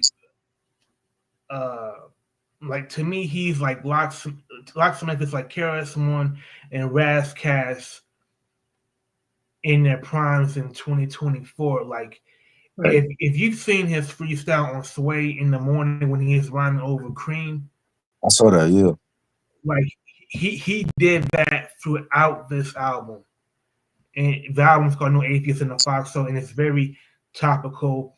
Like, he touches upon a lot of heavy issues, particularly, you know, topics like healthcare. You know, like we will, like, you know, he has a line where he talks about how, you know, we can, you know, scroll by our timelines on our phones, and we opinionated about everything from celebrities to who's beefing with who, but we don't know. You know, we don't know who our primary physician is. Like, we don't know, you know, things like, you know, health insurance premiums. Like, you know, if you were to get sick, you know, today, you know, would you have your affairs in order to take care of everybody else? And I thought that's a very heavy thing to say. because He's right. it's true. He's right. Yeah, I agree. And um, Locksmith came up as a battle rapper, Hmm. and the way he battled, it was much different than it is now. Right. Now, like, you know, battle MC culture is pretty much like rhyme. It's like battling in the street corners where you got the two battle MCs, going at each other, and you got the entire entourages, Hmm. just hyping them up. Right. Locksmith came up battling one on one on beats, and it was about trying to best the other MC Right. with wit and with imagination. And Right. he just represents something that is not the standard anymore. But just because it's not the standard anymore doesn't mean he won't uphold the standard. Right. Uh, Another album from this past year.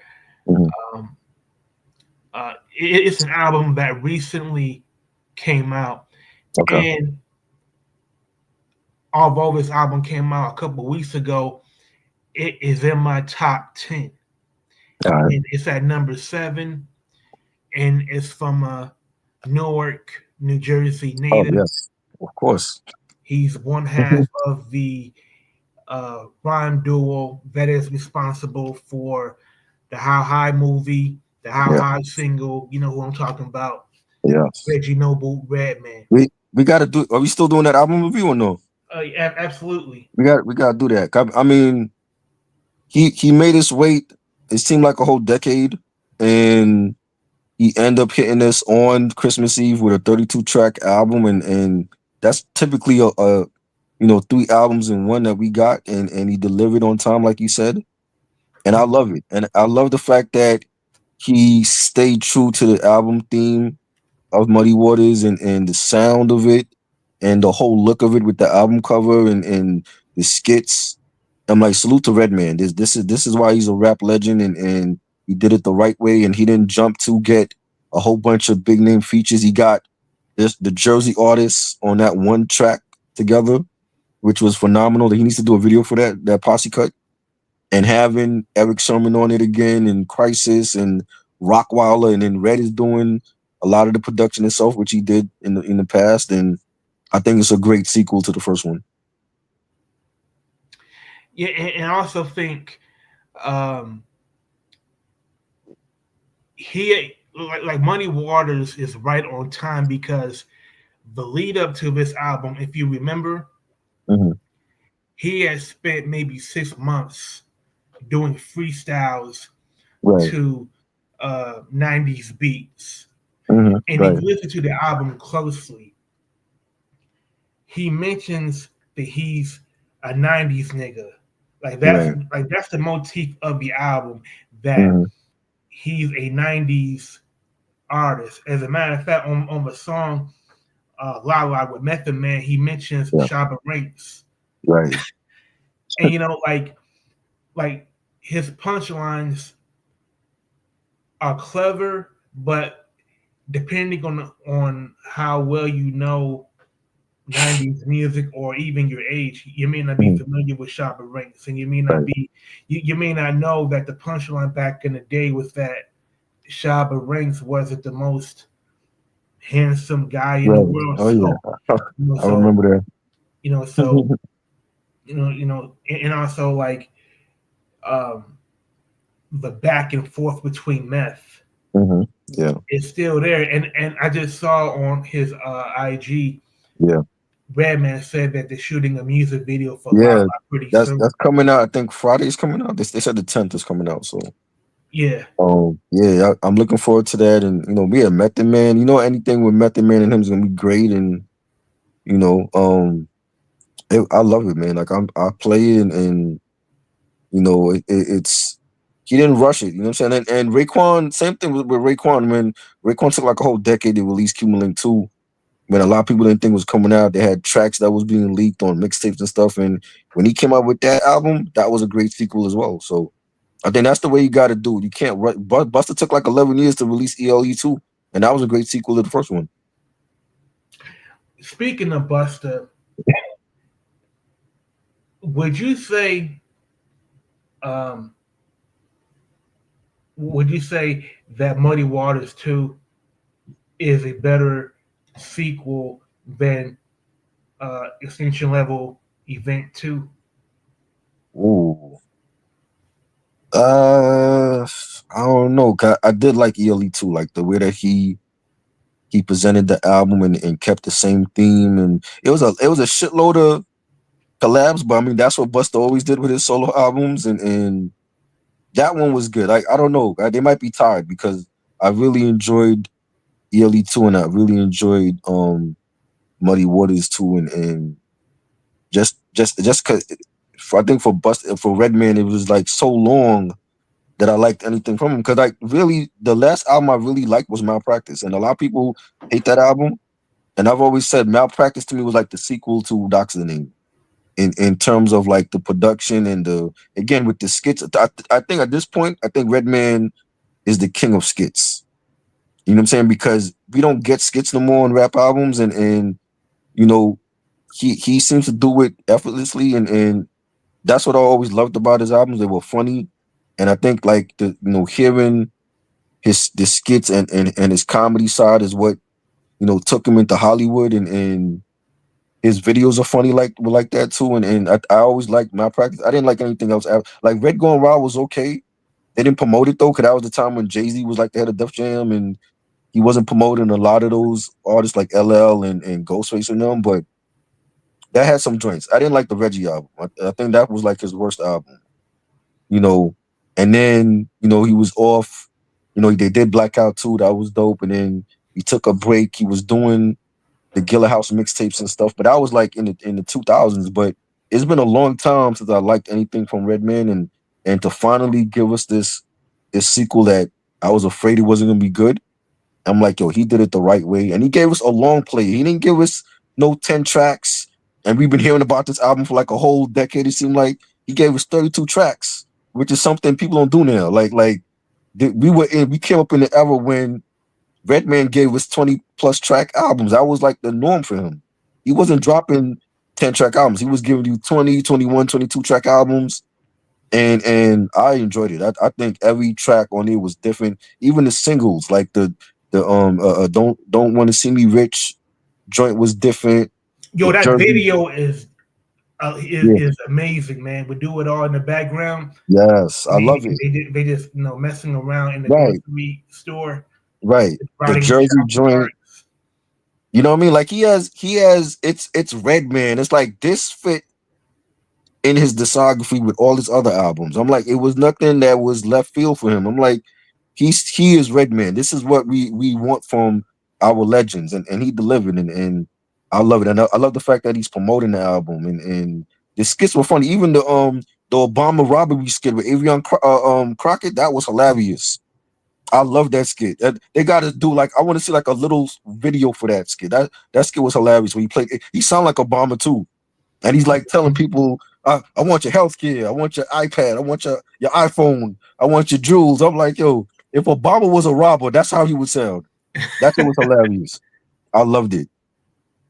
Yo, one of the things that I noticed in the last couple of years about Redman is that Redman has he has really shown his maturity and wisdom. Right. He put out a one-off single a couple years ago called Black Man in America. Yeah. I had never heard Redman so not political but conscious. Yeah. And really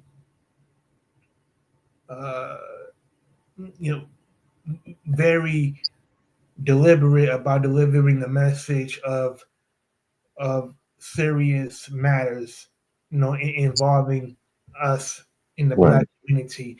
And throughout this album, he has many songs where he's talking about the things that he learned from being in the industry and just being a black man altogether. Right. Chief among them, Don't Want to See Me Rich. Mm-hmm. He had like he mentioned, like, giving 10% to the church, Right. and and reinvesting in yourself, and cutting people off, Yeah. that want to leech off of you, and just learning that you have to find a way to remove yourself from that orbit Right. in order to escape being swallowed up by it.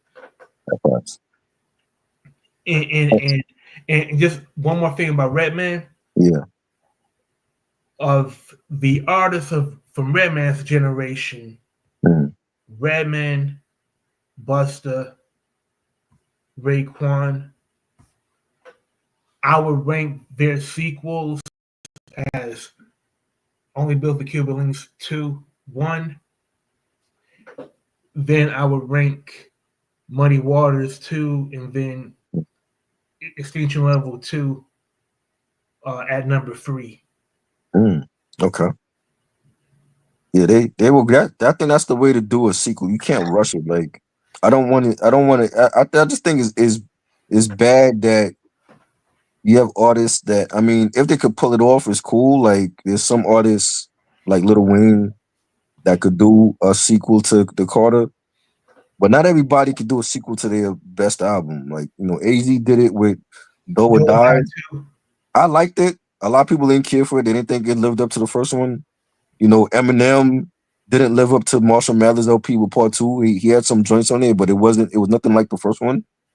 So it's like, you kind of like, you don't want them to mess with the classic. Just, you don't need a sequel, but if they can give the first one a complimentary sequel, that's good. And I think that's what Redman did. He gave us a good sequel to the first one. And I enjoyed it. Like, it was the Superman Lover saga was great, and the Jersey posse cut with like Nikki D and Heather B and Latifah and Lords of the Underground. I love that. I love the fact that he got all the Jersey artists on there. Rod Digger, Elder Sensei. It was great. He that's why I was like, he has to release that. I would love to see a video with all of them in it, and that was a good song. I'll even Do You Want Better. Mm-hmm. I would love to see that posse cut, but like maybe do like another version of it to include more Jersey legends. Like imagine a version of that song with the Outsiders.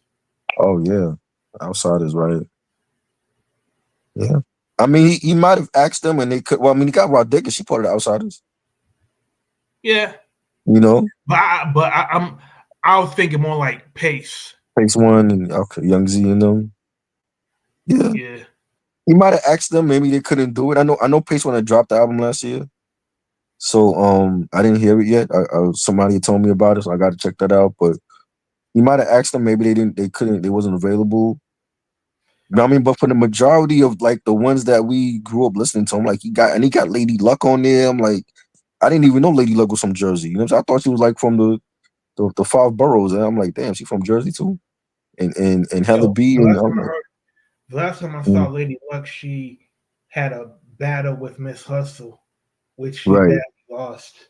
Yeah, Lady Luck should have been. It's like a lot of the females on this record, except for Latifah, should have had bigger careers in rap, like Rod Digger and Heather B.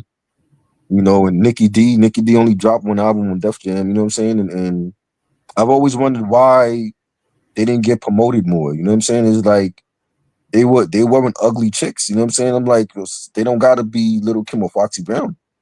You can make the argument that Jersey has the best female rappers ever. I could, yeah. I mean, I feel like it's spread out because, like, I like Rage, but she's from Virginia. Rage is from Virginia originally, right? Yo to me was always slept on. But she's from South Central. Right. And she was always slept on, you know what I'm saying? Moni Love. She's Another from slept the UK. on. and she from another country. You know what I'm saying? The Conscious Daughters, They from the Bay. Gangsta Boo. You know what I'm saying? Like the Brat. I love the Brat. My issue with the Brat was always that she should have She like left a female Jermaine. Snoop. She should, but she was great. She was like the first female rapper to go multi-platinum, but she stayed way too long with Jermaine Dupri, being loyal to Jermaine. And I feel like Jermaine stifled her sound because she's such a dope lyricist that she could have worked with a Pete Rock or Premier or a Ninth Wonder, and she decided to stay a So Def, and I think that hurt her career. But you know what though? I don't think that was a bad thing because we've seen many times where an artist, will leave the nest too soon and they'll go somewhere else, and they find out that their new home isn't as it wasn't as great as they thought it would be. Right. So maybe the Brat felt like, you know what? Yeah, I could probably go to another label, maybe like Loud. No, but not another label. I'm just saying, like, she could have still been on So Def, but she didn't. I don't feel like she needed Jermaine to do all her albums. Oh, okay. You know, like that's the bad side when you have the in-house producer and you on their label, and you gotta do. It's like they come first on your album before everybody else. You know what I'm saying? Like, yeah, I think like you saying like Jermaine Dupri could have, he could have been more hands off. Right. And let her it's like go. you do a couple songs, but let her work with other people. And that's something that when you look at like Eve on Rough Riders, she had Swizz and she had all of Rough Rider producers. PK, you know what I'm saying? But it was like he wasn't. Yeah, it's like she didn't branch out to work with Dre and them. You know what I'm like? Well, at least for like 1 or 2 songs, she did something with Dre. You know what I'm saying? But I didn't. With Rod Digger, it's like, yeah, you on flip mode, but she should be able to work with anybody. But if you look at Rod Digger's solo album Dirty Harriet, she worked with DJ Premier, she worked with Pete Rock, she worked with the Beat Miners. Okay. Remember the song Tight? That was produced by the Beat Miners. Right. Lessons was produced by DJ Premier. Yeah. What They Call Me was produced by Pete Rock. Right. Yeah, like it should be like that. Was great. Her second album, I wasn't really digging. It should be like that for anybody that's on a label where they are part of a collective or whatever. Like with Dipset, they have to work with all the Dipset heat makers and Dame Grease and Kanye. You know what I mean? But it's like, can they branch out and work with other producers if Cam wanted to or if Jewels wanted to? You know what I mean? So I feel like the Brat hurt her career just being like doing that. Like she should have been able to work with anybody, and she wanted to stay loyal to Jermaine. You know what I'm saying? But I mean, yeah, like Jersey had great female artists like Latifah. Latifah was great, man. Like what she did for women in rap, and then starting Flavor Unit with Shakem, and bringing out Naughty and going into television. Like she's a legend to me. Like she's great. I didn't know Heather B and Nikki D and Lady Luck was from Jersey. I always thought they were like from the Bronx or Brooklyn. I'm like, damn, they from Jersey too. So you mentioned like if you look at like Lil Kim, Foxy, those are the premier female rappers from Brooklyn, right? Right.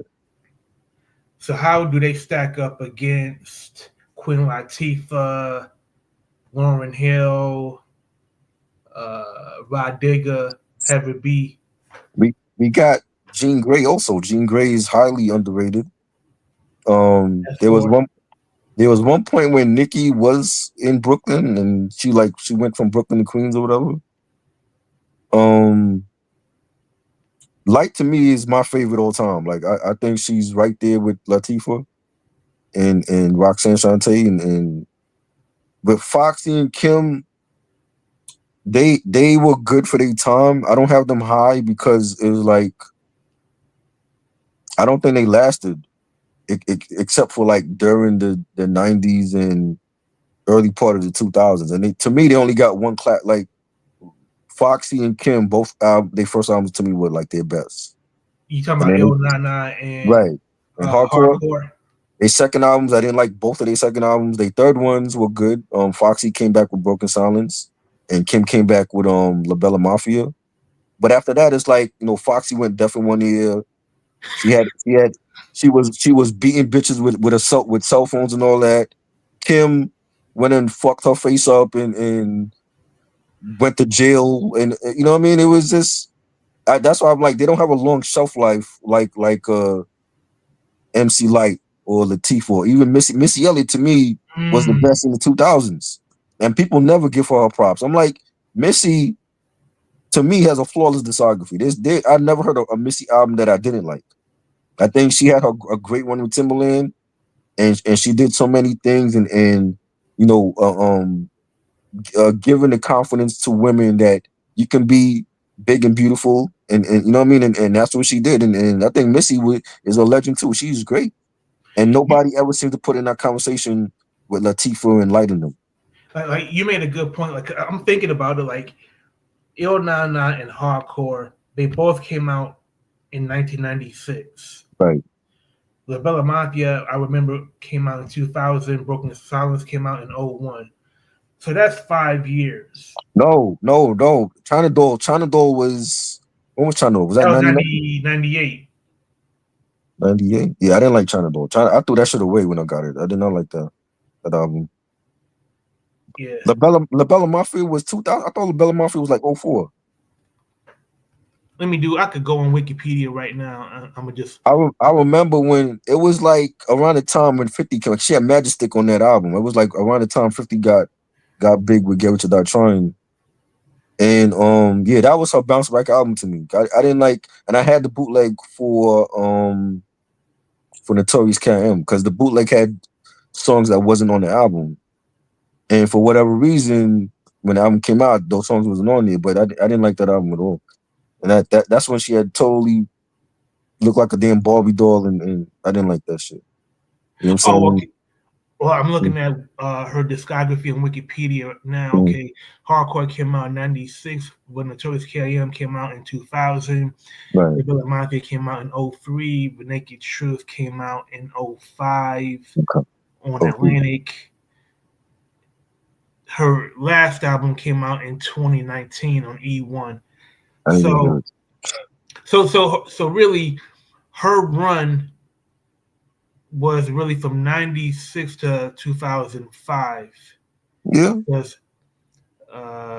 Because she had the Jump Off. That was from The Naked Truth. I like that song. That's the one with Mr. Cheeks. Yeah, let me see. Yeah. Light Is Up, produced by Scott Storch, was on The Naked Truth. Yeah, I remember that right. Damn, I was totally wrong. Mm-hmm. Okay, so let me look at Foxy's catalog. It's both messed up. And then Foxy was doing, I think, Il Nana 2, and they shelved it. I had the bootleg for that also. Because they were like, she had a joint that she sampled the Janet Jackson, What Have You Done For Me Lately? And I don't think Janet cleared the sample for that. Well, you know why she didn't? Right. I don't know. I was asking. Oh no. But I mean, I didn't even find out why. But I remember having that that bootleg because they called it Il Nana 2 The Fever, and it was like mad unreleased tracks that she had, and for whatever reason, Def Jam shelved it or whatever. Oh, I see it now. I'm looking at Wikipedia right now. Il Nana 2 The Fever. Yeah. Released on May 6, 2003 on bootleg. The singles were Stylin', I Need a Man, Magnetic. Yeah.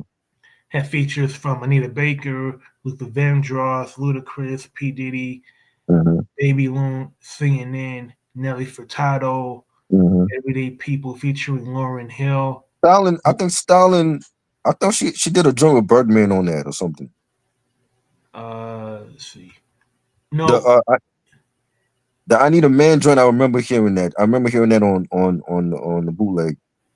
But the shit I was saying on for there, I was like, nah, man, this it's not the same Foxy. It was like she was it was different from like she was in her bag in '96, and then when she did the Firm album, she had some joints on there, but it was different when China Door came out. It was a different Foxy. I didn't like how the way she was rhyming on that album, and then she got back to form with Broken Silence.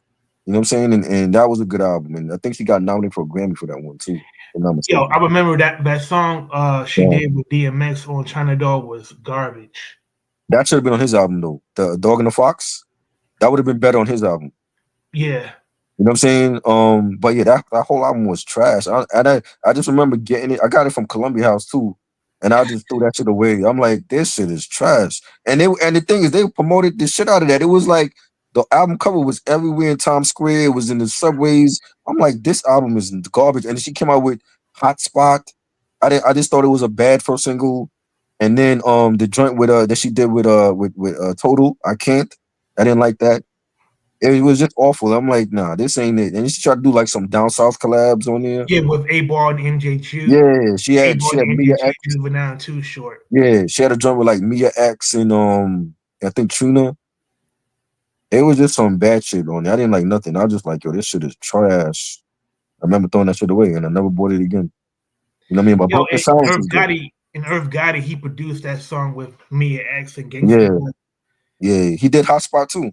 You know what I'm saying? And I just was like, nah, this ain't it, Foxy. So it was just like a bad transition she was doing. And then, but she came back with Broken Silence. She definitely came back hard with that one. You know, she was more on like her dancehall shit. You know what I mean? Like, do you think, like, if you look at the album cover for China Doll, was that like a subliminal to Lil Kim's hardcore album cover? The album cover was the best thing about that album. It was the best thing because I'm like the music in itself. I'm like I don't know how people love that album. I'm like, bro, that album was trash. There's not 5 songs I like on that album. So I don't know. I don't know what they were thinking with that. They were just it was 2000s. Def Jam was like going through a transition, and I just didn't like it. I'm like, nah, man, y'all got to focus on Ludacris, and you know, Ludacris was dropping, and DMX was hot with his third album, and you know, they had did they have Ghost? I don't think Ghost was on there yet. Was Ghost on there? No, You talking because about Broken Silence?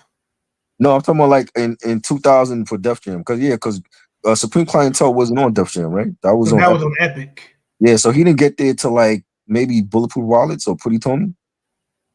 You know what I mean? Pretty Tony So was in 04.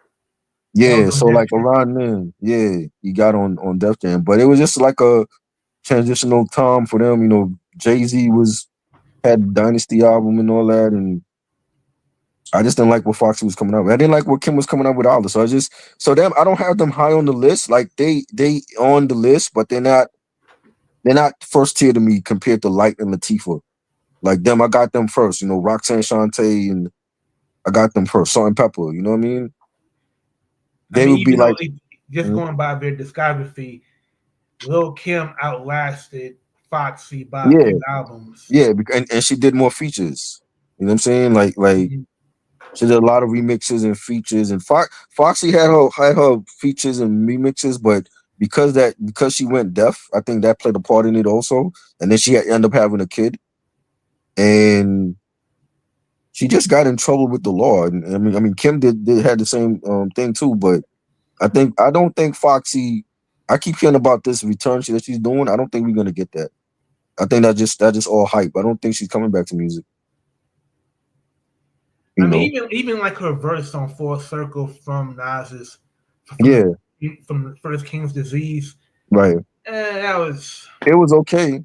I mean, but I know she put up something in her story recently, like with Sade talking about how Sade said she had to take a break and then come back, and I've been hearing about this Foxy return for a minute. I'm like, I don't think she's coming back, and even if she do, how's she gonna sound? Like Sexy Red? Who's she gonna sound like? Oh man, yo, you know she's like Sexy Red's grandmom at this point.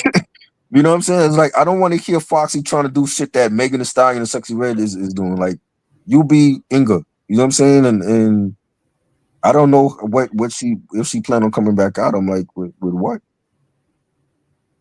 So You know, it could be argued that Missy Elliott had the best run for for a me, yeah, female rapper ever. yeah. In the 2000s at least, I think Missy picked up where Lauryn Hill left off. When everybody thought that Lauryn Hill was gonna come out with a second album, and she went off to, raise her 6 kids and all that, and I think Missy really like owned the 2000s, and then Nicki came in for the 2010s, and that's really what it was. I wasn't checking for nobody other, like female rappers. It was only Missy that I was checking for in the 2000s. Eve had her little run. That was really it. It was Missy. Missy was like, and she was doing hits for other people. Tweet and Lady Ray and 702 SWV. She was doing hits for everybody. And You know what I mean? it So, also helped that she was a producer herself. right, exactly. Keisha Cole and all that. So it was that's who Monica. That's who I was checking for. It was anything Missy came out with, I was checking for, and she didn't disappoint. And she's a great, what she had to overcome with the Graves' disease and all that, and she's a legend, definitely. And I give Missy a lot of credit for like the way she handled her personal problems. It never seeped into the public the way with Kim and Foxy. Right. Like Kim and Foxy, they make not probably they are the most gutter female rappers ever. Like they are Right. just as thuggish as any dude. I mean, considering like didn't Lil Kim get into a shootout? Yeah, that was with CNN. I think was it CNN? I think CNN was involved in that. At Hot Yo, that 97. is crazy in and of itself, man. Right. It has I remember Lil Kim was throwing subs to Foxy on Quiet Storm. Yeah. Mason Van Foxy came back with a verse on Bang Bang. Bang Bang, right. It was like smack energy around that time. Yeah. Facts. And then it was like, Missy was doing her thing, and Nicki came on the scene with the mixtapes and being managed by Fendi, and Fendi was managing her and Gravy. And I remember when her mixtapes hit the streets, and then everybody wanted to know about her, and she was doing the freestyles over the Warning track, and she was dope. You know what I'm saying? And I always felt like she wanted to go pop anyway. She was talking about that even when she was doing the mixtapes. Like she wanted Lady Gaga fans. She wanted her own series on Adult Swim, and she wanted her own nail salon. So she was already thinking pop before she came out with Pink Friday. And I remember listening to Pink Friday, and I thought it was a dope album. To have Eminem on your first album, and you had Drake on there and will.i.am, and she blew up. You know what I'm saying? And then it was like she started getting cocky because there was no competition for those 5 or 6 years that she kept winning those BET Best Female Rapper Awards. So there was no competition until Remy Martin comes out and disses her with Sheetha. You know what I'm saying? And then Cardi B comes out, and then it's like the floodgates open for other, it's like she was the blueprint to how, this is how we're going to come up with our own female rapper. We're going to come up with Cardi B and Megan and Lotto, and then it was like the competition got too much for her, that she went off, got married and had her kid. She comes back, and it's like now it's a different Nicki. It's like now it's like she cocky. Is she ready to curse people out? She wasn't doing that when she first came out. You know what I'm saying? Do you think like Nicki, like to me, it would be like the inverse. Like imagine if 50 didn't have anyone to compete with. Right. Right. Like maybe like I could imagine 50 lashing out like Nicki would do after if 50 never had any competition and was racking up awards after awards. Right. I think Nicki, she could have benefited from being battle tested earlier. Exactly. And when she came back, it was a different landscape. Having Cardi B out there with one album, having Megan blowing up and having Lotto and Sexy Red. She couldn't deal with the competition. Whereas with 50, he had to deal with Kanye West. He had to deal with Jay. He had to deal with Nas and Eminem and people on his own label he had to deal with. So it's like, and he succeeded. You know what I'm saying? And my whole thing is like, who? First of all, who had? I never put Nicki as the queen of anything. She felt like she was the queen because she didn't have no competition. I'm like, if it wasn't for Missy, you wouldn't be where you at. Missy really was running shit before Nicki came on the scene. And unfortunately, Missy had to leave because she had the Graves' disease or whatever. She had to take time off to get well. But I mean, Nicki had her run, but it's the way that she acting now is not how she was acting before. And I don't know if it's because she feel like she's the queen or these bitches are beneath her, but it's just a different Nicki. And to me, she's not even bringing out her best music like that. At least if you feel like you the queen of shit, bring out a classic album. I don't feel like her last album was great. You know what I'm saying? And I'm like, that's not even her best shit. Like to me, her best shit is like in the past. You know what I'm saying? Like I feel like instead of like putting it in the music, she just puts it in her rants on her radio show. right. Like to me, like she's become more fiery when she's doing right. that Like stuff. it's like when was it Wendy? It was somebody that when they started talking about how her husband is like a sex offender, she just started like being defensive and going at people. But I'm like, you're not even bringing out your best shit to be calling yourself the queen. Like the queen of what? Right? Megan hotter than her right now. Mm-hmm. You know what I'm saying? Cardi B got one album and she's still more talked about than Nicki. You know what I'm saying? So Well, I'm by the like, way, mm. what was that diss song that Nicki Minaj put out that she felt was going to be like the be all end all of Megan's career? Whatever that was whack. Was it Bigfoot? That was a joint. Well, yeah, Bigfoot, yeah. that's man, that was. I've never heard a more lame and more Right. tame diss song. Yeah, and it's like I heard the last album, like, it's not nothing different that she wasn't doing on Pink Print or Pink Friday. I mean, I fuck with Doja Cat. I like Doja Cat, even though she's mainstream. Her last album was very much hip hop though. Like she made it a conscious effort to actually rhyme over hip hop beats. You know what I'm saying? And she's a mix of everything, Doja Cat. And I like the fact that she's not conforming to one genre. Like she wants to do jazz. She wants to be in other genres, and that's good. You know what I'm saying? And Doshi, finding out about Doshi. I like Doshi so far. Hopefully her album is good. Like I like her mixtape, but I want to hear more from her too. You know, you got other, Rhapsody. I love Rhapsody. I didn't like her album. I just felt like she was trying to do too much, and it sounded very Lauryn Hill-esque. I don't, you know what I'm saying? I don't know if that was like a thing by the label or her. I didn't like her album like that though. You know what I'm saying? And I loved her stuff in the past. I loved the Layla's Way and the mixtapes that she's had with Ninth Wonder. But this album, I felt like she was trying to do way too much. There was a lot of songs on that album as well. Well, was that the album where each song is titled after a black woman that she? No, that was what did she call that album? It was Eve. I think it was called Eve.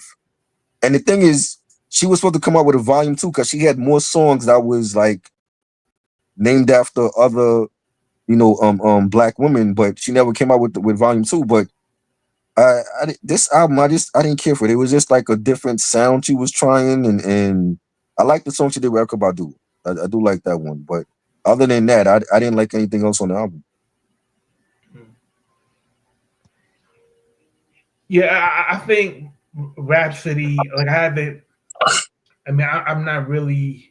I haven't really heard enough of her music. Yeah, she's dope. Like if you like her mixtapes, like Return of the B Girl, and she had a DJ Drama mixtape. What was it called? she's got game. That was dope, and I love her early stuff. Like I said, Layla's Way to me is her best album, and Eve was good, but this one she was trying different sounds, and it just gave me like a neo soul sound, and a lot of the songs sounded like something Lauryn Hill would do, and I'm like, you're not Lauryn Hill. You know what I'm saying? Like nobody could be Lauryn Hill. Lauryn Hill left us with a great masterpiece of an album, and I felt like a lot of people tried to do what she did, and they're not her. I'm like, I want to hear Rhapsody. I don't want to hear Rhapsody trying to sound like Lauryn Hill. Yeah, I don't like I see that a lot. Like you have like a newer artist that try to copy and paste the essence of legacy artist. And to me, I feel like the Lauryn Hill's verse from Nobody. That was to dope. me. Does Rhapsody have a verse on her album as good as Nobody? No, not on the current one. She had verses in the past that was great, but it was like with this album, and then the whole thing about like she did like an interview with Sanaa Lathan. It was like I don't know if it was like a celebrity interview. It was like some type of interview that she did to promote the album.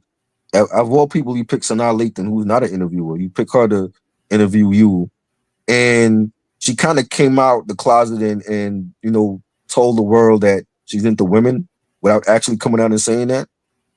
You know what I'm saying? And I don't know if that was that had a part to play in promoting the album. I'm like, I want to hear Rhapsody though. I don't want to hear Rhapsody trying to do neo soul and shit. And this whole thing about if you're bi or lesbian or whatever, who cares? You know what I'm saying? That shouldn't be the main focus on the album anyway. You know what I'm saying? I feel like Janelle Monáe, she's already used that formula exactly to her advantage. Right. And it worked for her. But it's like, I don't know if that's gonna work for Rhapsody though. That's the thing. It's like it's good that she's I feel like she's coming out more showing her feminine side, because she wasn't doing that in the beginning. It was mostly B-girl that she was giving us, and she's kind of like coming out of her shell. That's good. But if I hope she wasn't using that, am I or am I not, to be the driving force for her album. I'm like, I don't care at the end of the day. It's not me. I'm sleeping with you. So like, if you're a lesbian, then that's cool for you. Yeah. But I didn't care for it. I just thought it was way too many tracks.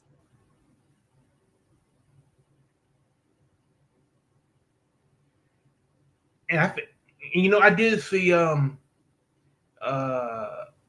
remember when Rhapsody, she did her version of Liquid Swords. In the video, she was rhyming on the stoop. That was cool, but I think Rhapsody, she can benefit from having a little bit more growl in her delivery. Man, yo, Charbro, you still there?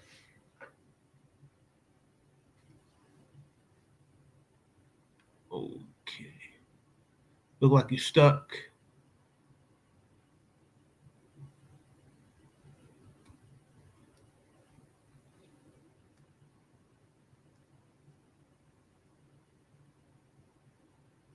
Not bad. Yeah, but so that didn't make my list. There were other albums that I listened to that didn't make my list, like the Rakim Project. It was okay. The only issue I had was the features were all over the place. Like I want to ask Rakim what made him come up with the features for every track. You know what I'm saying? But you didn't like the track with Chino XL? No, it was cool. It just was like, I think it was more of like a showcase for his production. I'm like, because I think people forget that Rakim produces too. He's not known for his production, but he can produce. But it was, to me, it was just like a little project that he put out there. Like, hey, I'm still here. I got a little project that I'm doing with some of my friends. So it didn't make my list. I have What it. else? I have it at number 20. Exactly. Okay. I mean, there was people that liked it. There was people that thought it was okay. I'm trying to think what And there else I was too heard. many guest appearances on it. Yeah, it was like every song was a collab. I'm like, Rakim don't do this. You know what I'm saying? Like, this is the 18th letter, the God MC. He don't do albums with like collabs in every song. So I was like, it was kind of different. And it was a short project, you know. I There did. was I like the first single with Corrupt and Master Killer. I was excited to hear that was good. I like that one. That was good. That was good. But I think the problem is that I did not hear,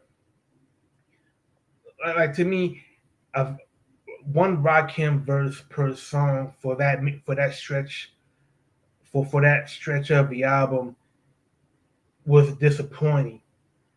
Yeah, that was cool. I was something else.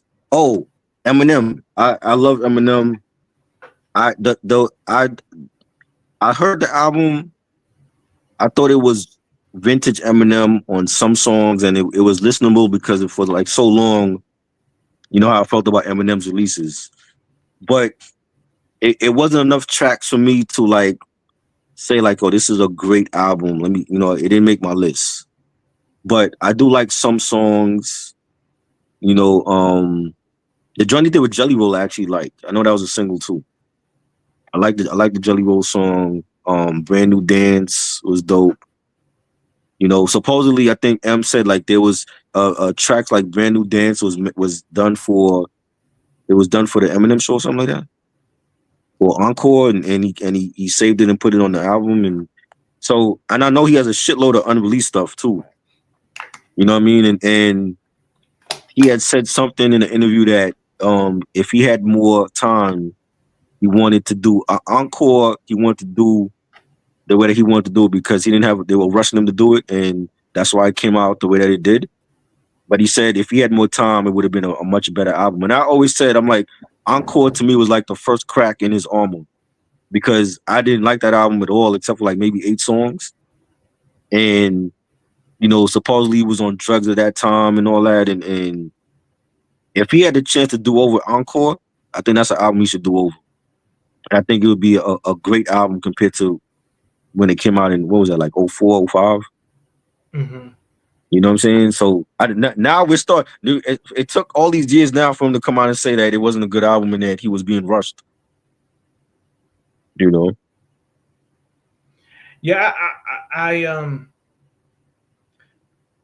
when I heard the death of Slim Shady, I felt it was a very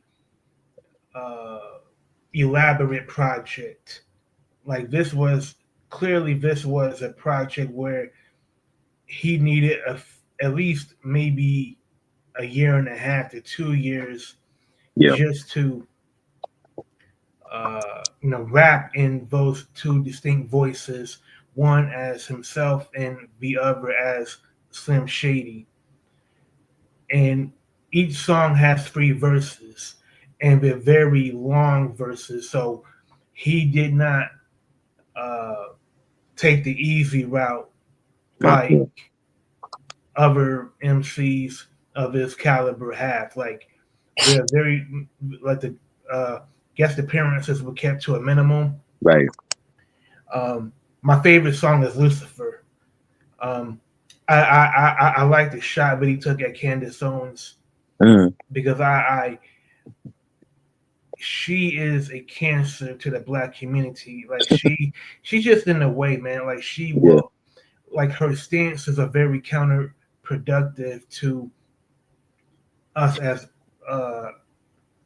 it's kind of productive to the Black community because she will say outlandish things about George Floyd and she'll back Kanye West, and her views are not even consistent with her political party affiliation. So I like the fact that Eminem told her about herself, that you are a self-hating black woman that don't even know that you're being an instrument for white supremacy by Trump.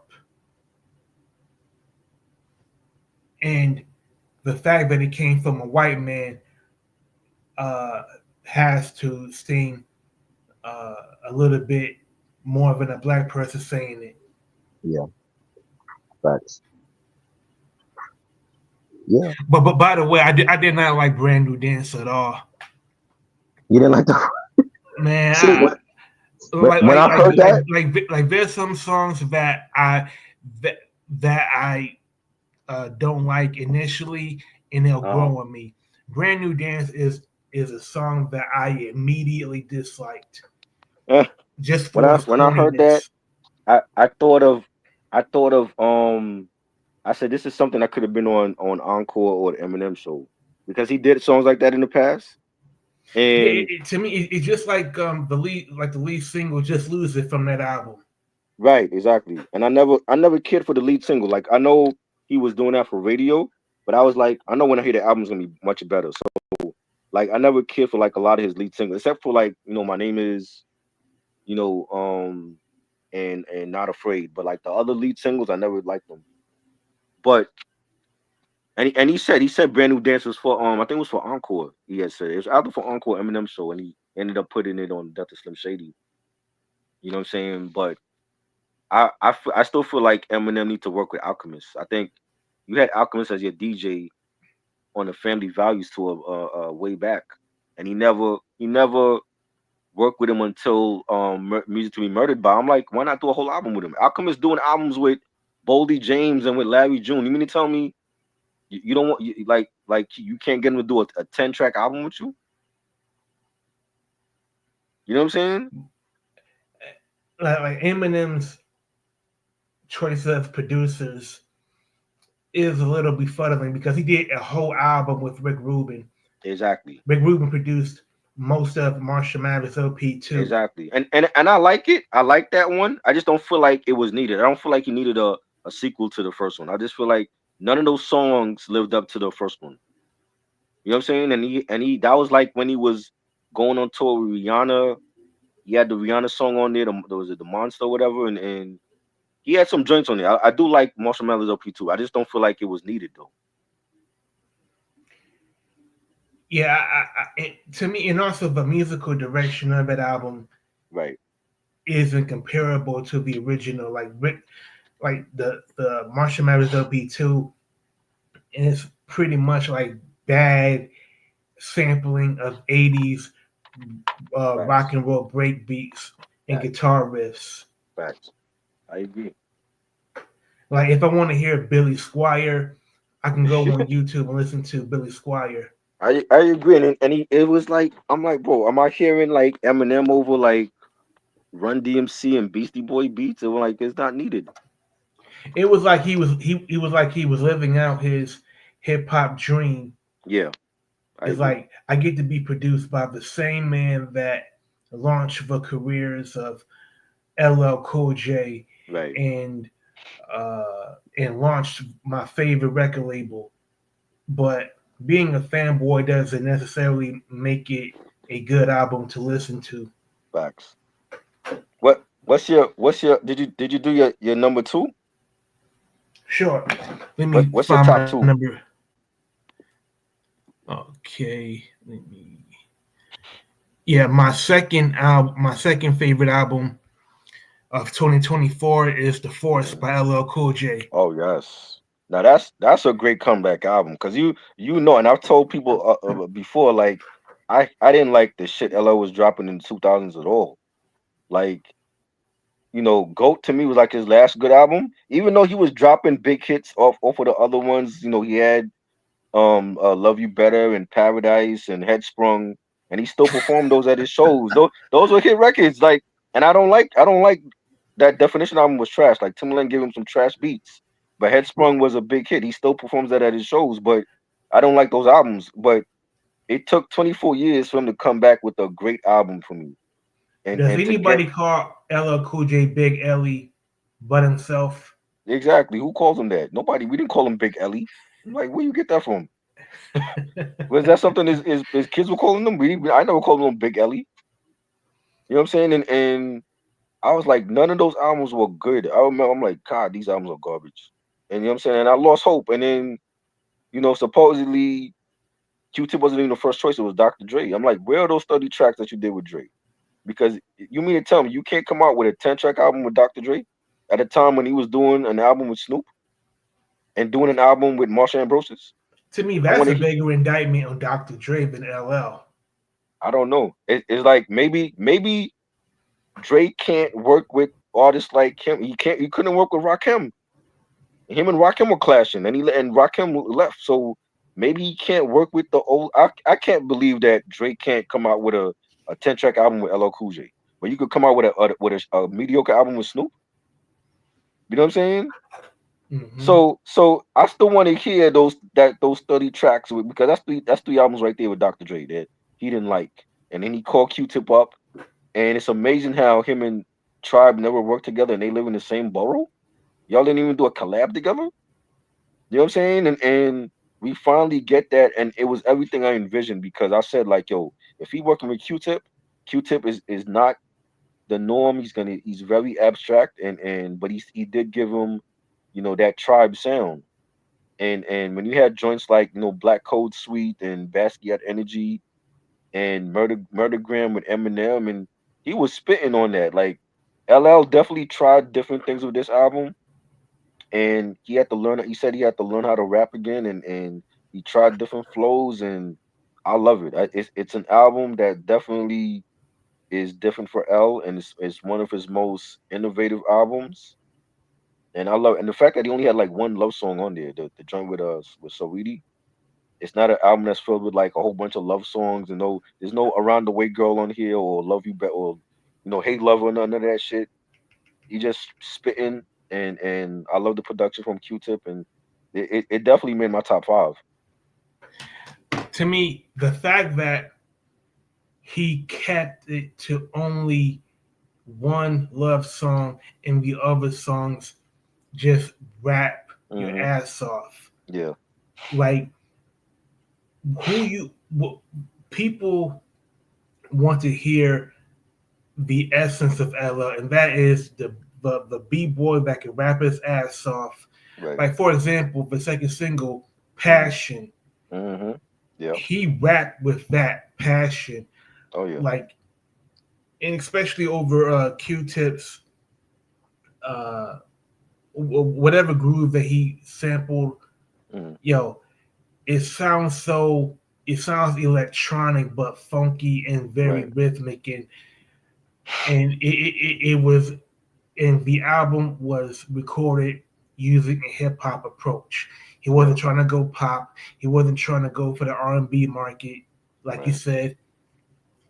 And who he reached out to rhyme with, yo, when you can go back and forth with Eminem and the song doesn't sound like a 10-minute uh, syllable fest, Right. but you just like you're trading bars, but it's enjoyable and you're feeding off of each other. Hmm. That's how it should be done. Facts. Uh, I love Praise 'Em with Nas. Yeah, that was dope. That's uh, my top. That's my third favorite song from that album. Yeah. Q-Tip's production.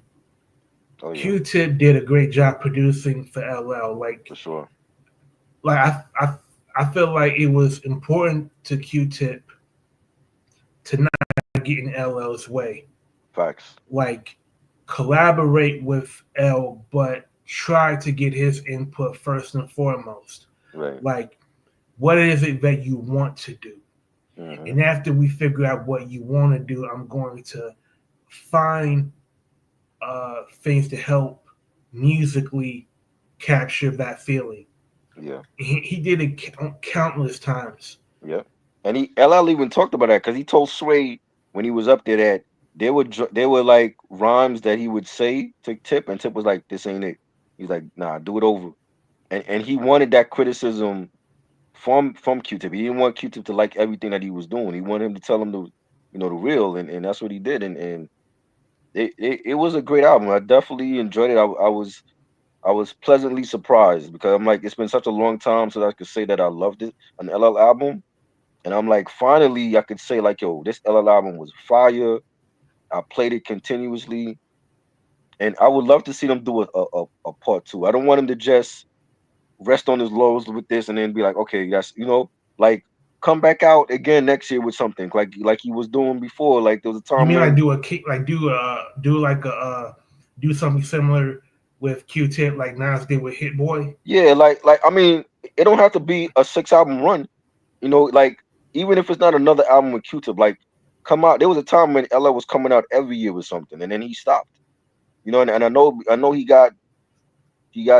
became a big star on TV with NCIS and all that and doing movies, but it's like they canceled that show. Now you back in music, come out again consecutively. You know what I'm saying? Like there's no reason why he can't give us another great album this year or next year. You know what I'm saying? And we need LL again in this. Like I love to hear Mama Said Knock You Out and Radio and all that, but hit us with the new shit too. That could be just as good.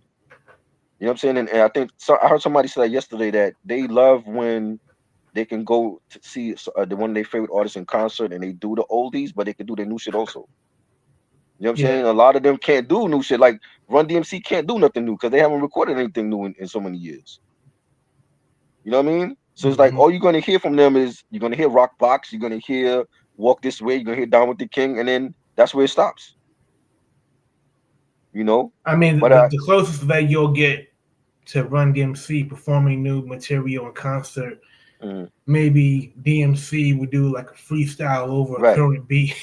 Right. You know what I'm saying? Like I know DMC did like some solo stuff. You know what I'm saying? But it's like I want to see my legends do the old stuff, but do the new shit too. You know what I'm saying? And now we can say like, yo, LL got new shit that niggas could bump, and I'm happy. No doubt. And the fact that The Forest is better received Yeah, than Missionary by Snoop, fully that was produced by surprising Dre. because I mean, I had I was just hoping it was gonna be great. 'Cause, I mean, I had my doubts because like I know Dre's not the same no more.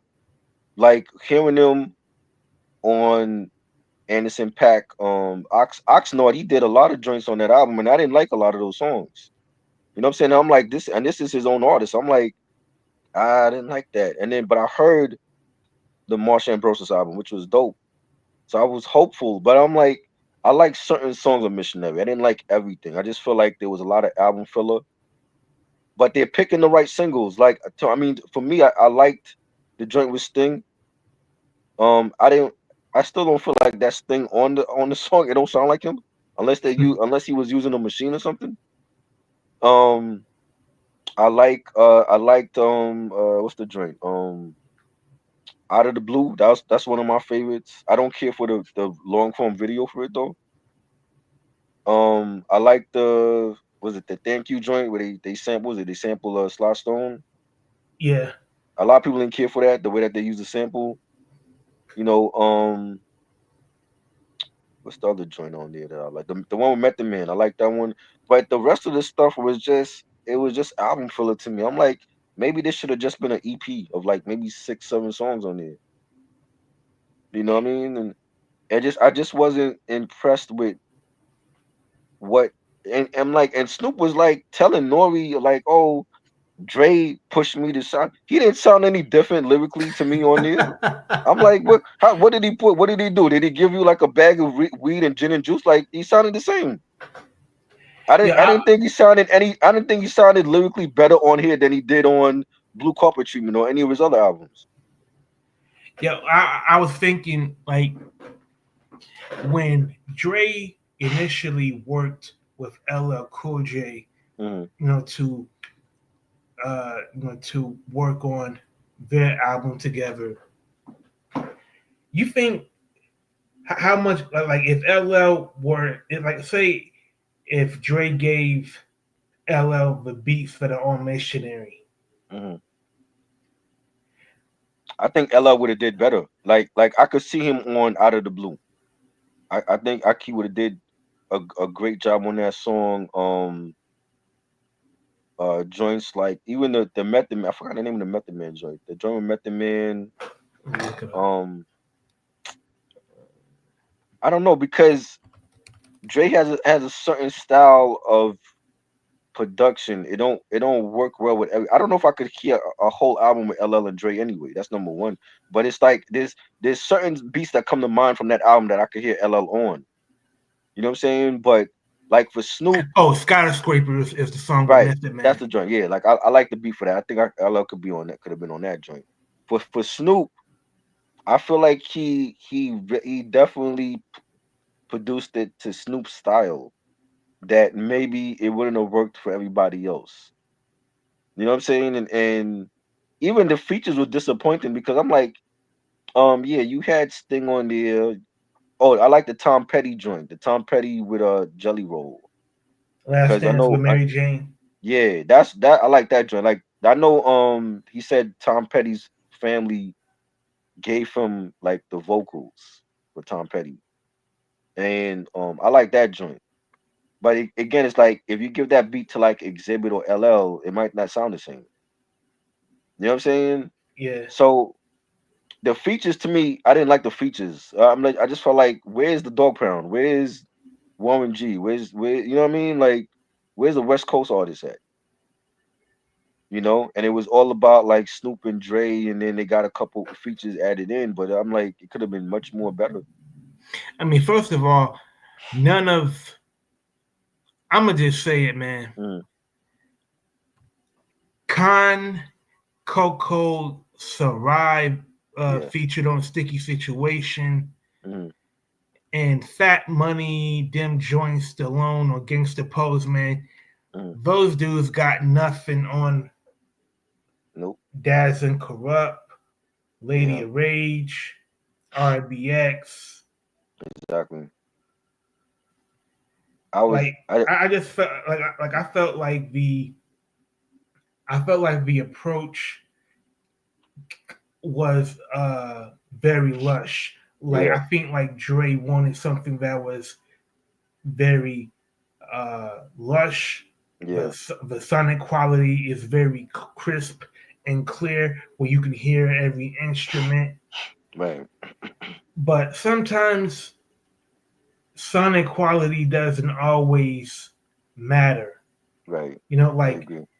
like if, for example, take Serial Killer from Doggy Style.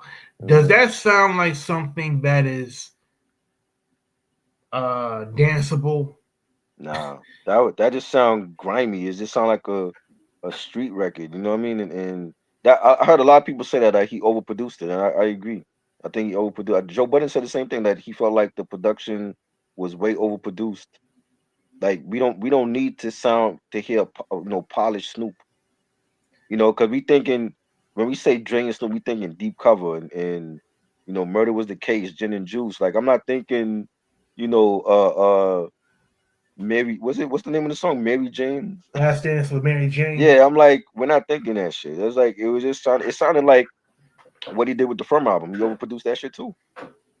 You know what I'm saying? And that's why that album had many issues. You know what I mean? And we want to hear when we heard the Chronic and we heard Rat a Tat Tat and we heard Little Ghetto Boy and Let Me Ride. Like none of that shit sound polished. It just sound like some banging ass G-Funk gangster rap. And I think Dre lost himself being a billionaire. He lost, and the thing is, he gave Casablanca more grittiness, and that's an R&B album. So what happened? What did he forget? He was producing for Snoop Dogg?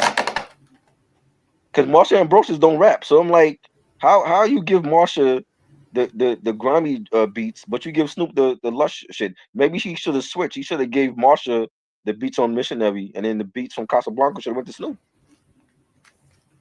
You know, and also this was, and this was given a big push by Interscope Records. Yes, yeah, like because Snoop owns Death Row, This was released through Death Row Aftermath. Interscope. Interscope got to be disappointed in these sales figures. Yeah, I would be. Considering that GNX outsold Mhm. Missionary almost 3-1. Yep, I would be. And I'm looking at it like, yo, everybody on Death Row so far has been great. Eastside has released the EP. The Dog Pound album, which to me was one of the best. October London, and then Drake gives us this. I'm like, where was the Eastsiders on the album? Where was the Dog Pound? October London, like they should have been on the album. I just was like very disappointed. That album didn't make my list, and I really thought it would have. I Because felt I'm like like, I feel like the person that got shorthanded the most was October London, because you think so? I mean, BJ Chicago Kid can sing, Hmm. but you can't find a place for October London. I don't You know, know. like, and you know, maybe Dre felt like, you know, like he doesn't want to, you know, make October London the new Nate Dogg or whatever, Right, but make him the new Nate Dogg, man. Like, he doesn't sound like Nate Dogg, right. but his sound is just as Yeah. soulful as Nate Dogg. And he had a great sophomore album. October Nights was great. You know what I'm saying? And I don't know. I just was like, I was holding off on making my list because I was like, yo, before I make this album list of the year, I want to hear the Missionary album, thinking it was gonna be great, and I was very disappointed. It didn't make my list, and I don't this is how I felt when I heard the Compton album. You know what I'm saying? Because Mhm. there might have been like 3 joints on Compton that I really liked, and everything else I didn't care for. You know what I'm saying? And I'm like, damn, Dre, like I don't get it. It's like you give Marsha Ambrosius a great album, but you do finally do an album with Snoop again, and then you give us this. You know what I'm And saying? And it just, yo, I'm like, I don't know. and also, man, like that Mm. thank you song Yeah, where he samples "Thank You for Letting Me Be Myself" by Sly yeah, Stone. That hook is terrible. yeah. I didn't When like it. when Snoop was like, "Ay ay ay Ah, ay yeah, ay," yeah, yeah. Ah, I didn't care for it. I just was like, Snoop Dogg said this out of his own mouth that Dre pushed him. Dre pushed you to do better. How? Because I don't see the difference on here lyrically than he did on his other albums. and I there's, if you mm, go on Complex uh YouTube channel, mm. like they have like a behind the scenes, I saw that right. and Dre was coaching Snoop how to rap one line at a time. No, I felt like that was very that's too much. insulting.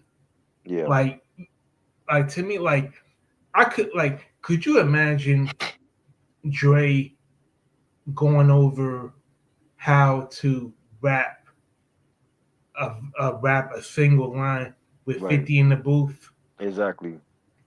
I just feel like maybe that's what Snoop said he wanted to be coached. I'm like, Snoop, you was doing fine without Dre, you know? It's not like you don't have other great albums without him on here, you know? But I guess it's because of the lore and the legacy of Dre. And I think that's what he wanted people to believe. Like, oh well, Dre pushed me to my hardest. I'm like, I didn't hear nothing different lyrically on here from him. You know what I'm saying? Like there were albums that I heard, like, Pay the Cost to Be the Boss, Rhythm and Gangster, that he sounded great lyrically on there. Blue Carpet Treatment. You know what I'm saying? I'm like, what was so different with this album? You know what I Hell, mean? even No Limits Hot Dog. Right. I'm like the No Limit stuff that I enjoyed. I'm like, if anything, the choruses, he ruined a lot of those choruses on that album. You know what I'm saying? I'm like, no. I'm like, I don't. If Dre pushed you, he didn't push you hard enough. He should have been cracking that whip, because I didn't hear nothing that was so great from Snoop on this album that I didn't hear before. You know what I'm saying? And then coupled with Dre's production, I'm like, what the fuck? What is this? And I'm like, it was just a disappointing album. And I'm like, I don't want to. I don't know if I want to hear another Dre and Snoop album. I wouldn't mind Dre doing a couple tracks like he was doing for Snoop over the years, but I don't want to hear another album from them. You know, And but also, I'm interested in seeing where does Dr. Dre go from here, I because don't know. because on when Dr. Dre and Snoop appeared on the Stephen A. Smith show, Mm, Dr. Dre said he doesn't like when albums are produced by more than one producer. Right. So what does that say about the albums on your own label? Exactly. Well, And I mean, I also, know. are you going to produce the next album that you produce? Are you going to do it from top to bottom? I know he's in the studio with Exhibit. You know what I'm saying? No, because Exhibit's coming out later this year with his album, and he took a picture with Dre in the studio, and so I don't know if that's all Dre or if that's I don't think that's gonna be all Dre from the singles that Exhibit put out already. You know, maybe hopefully there's a couple tracks like even like Dre didn't do Restless all of Restless 2000 and Man versus Machine. You know what I mean? He did like some joints, but hopefully it's an assorted producers for Exhibit. Exhibit don't need a whole album done by Dre after this. You don't need that. You know. And also, I think, uh, you know, Exhibit's last album that was executive produced by Dre, I believe, was Restless. Yeah. Now, Restless to me is pretty much like a West Coast. It's the most West Coast sounding Exhibit album I've ever heard. Right. Now, we haven't heard Exhibit in years. Yeah. So I'm afraid that he's going to if Exhibit does come out with this album with Dre, I don't want to hear Exhibit trying so many things on Dr. Dre's instigation. Right. Like, you got to do this in order for this song to be done. You got to do this. Yeah. Because like Exhibit at his best was when he was part of the Licks. Right. When he was around King T and Tash, J. Rowe, right. Tash, E. Swift, he was just not a backpack MC, but right. he was like he was a pure MC. Facts.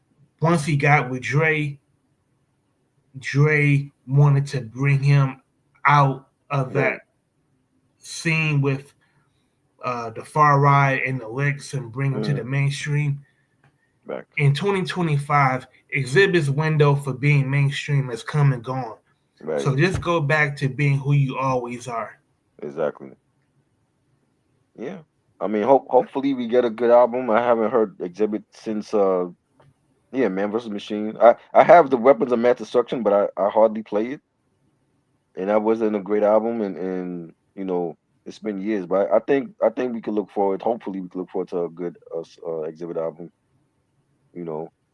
What's your number one? What you ending off your list with? Well, my number one album shouldn't come as a surprise to anyone. It's by a rapper and a producer who have more than 30 years in the game.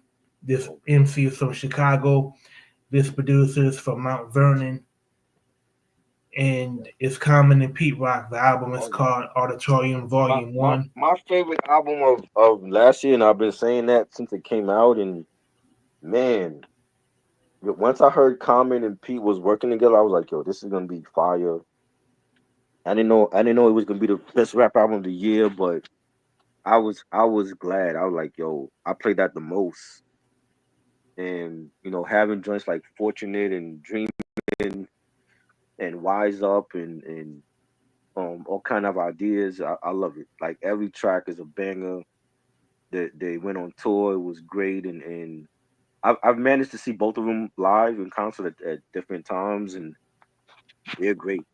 Like Pete Rock is my favorite producer all time. Common, one of my favorite MCs all time, and they gave us a classic album for sure.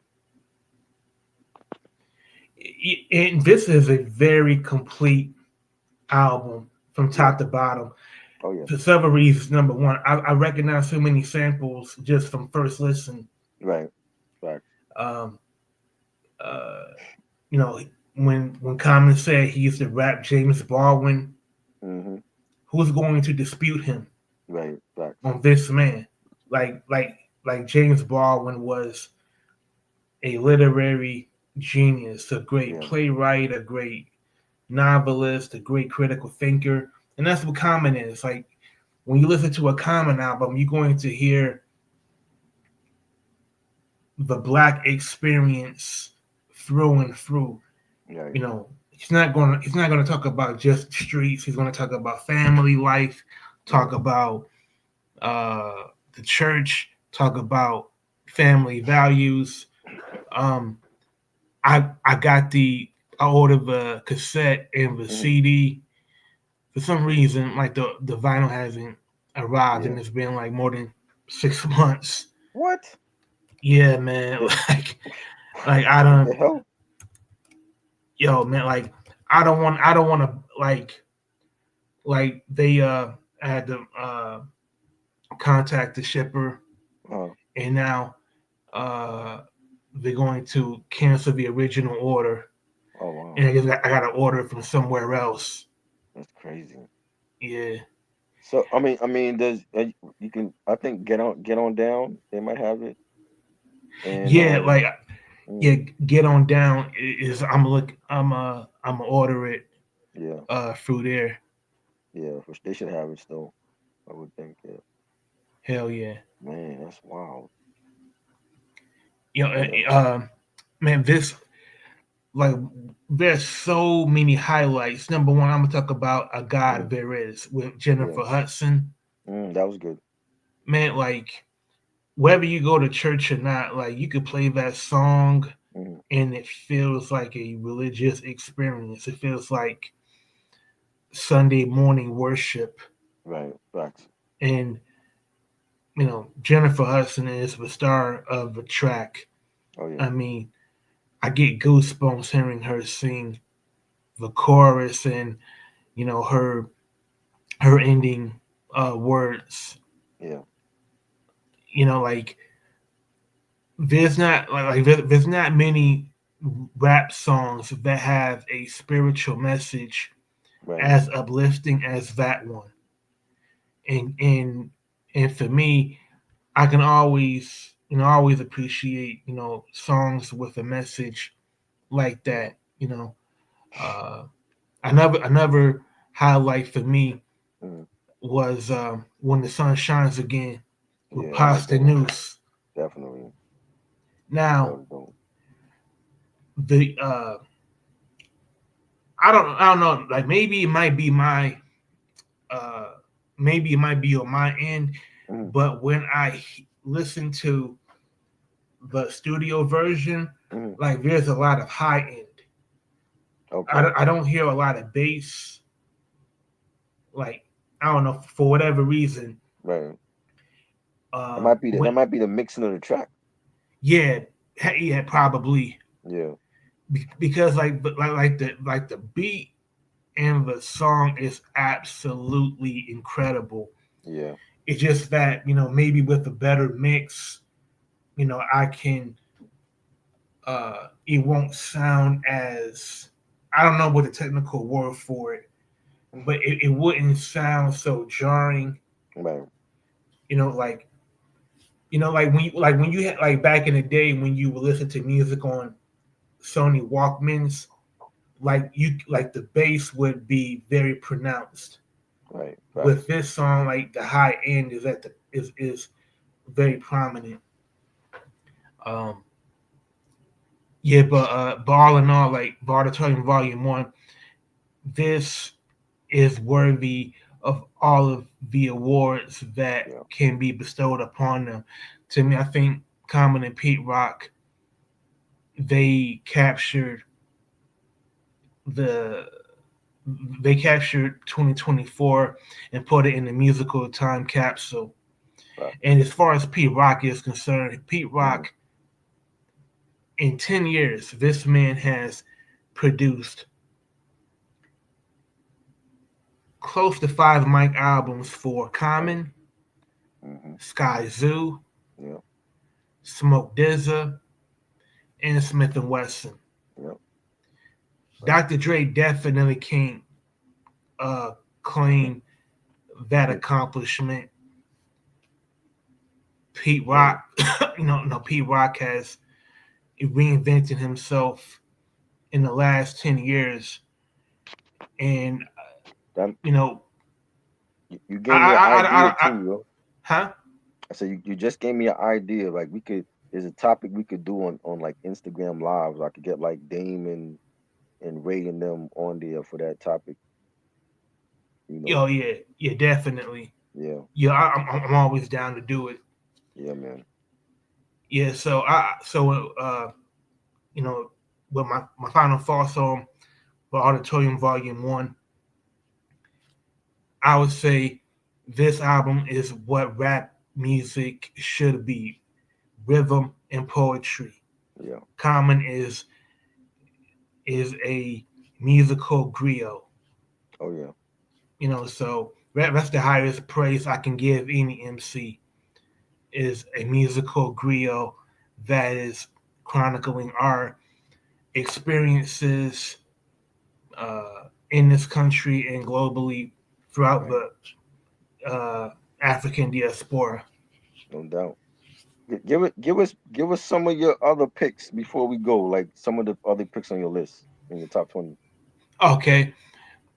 Well, I had Missionary by Snoop Dogg at number 10. Okay. I had Richmond Hill by Master Ace. Yes, I love that. And Marco Polo at number 11. Chasing the Devil 2 by Crazy Bone at number 12. I had Samurai by Lupe Fiasco at number 13. I had Keep Me Company by Sky Zoo at number 14. Still Easty by the East Siders. That is the East Siders debut album on the new Death Row Records owned by Snoop Dogg. Is it an album or is it EP? EP. It's an EP. Yeah. Thanks for reminding me. Yeah. I got at number 16. I have Halloween Havoc 5 by Lloyd Banks. Yeah, that was good. That was a good one. Absolutely. I really enjoyed the production on that. It was real grimy and dark. And Banks, he damn near self-produced that album. Did he? Wow. I mean, and I'm not talking about doing the actual production. I'm talking about, as far as keeping to the theme of Halloween Havoc. Yeah, that's good. That was a good one. Yeah.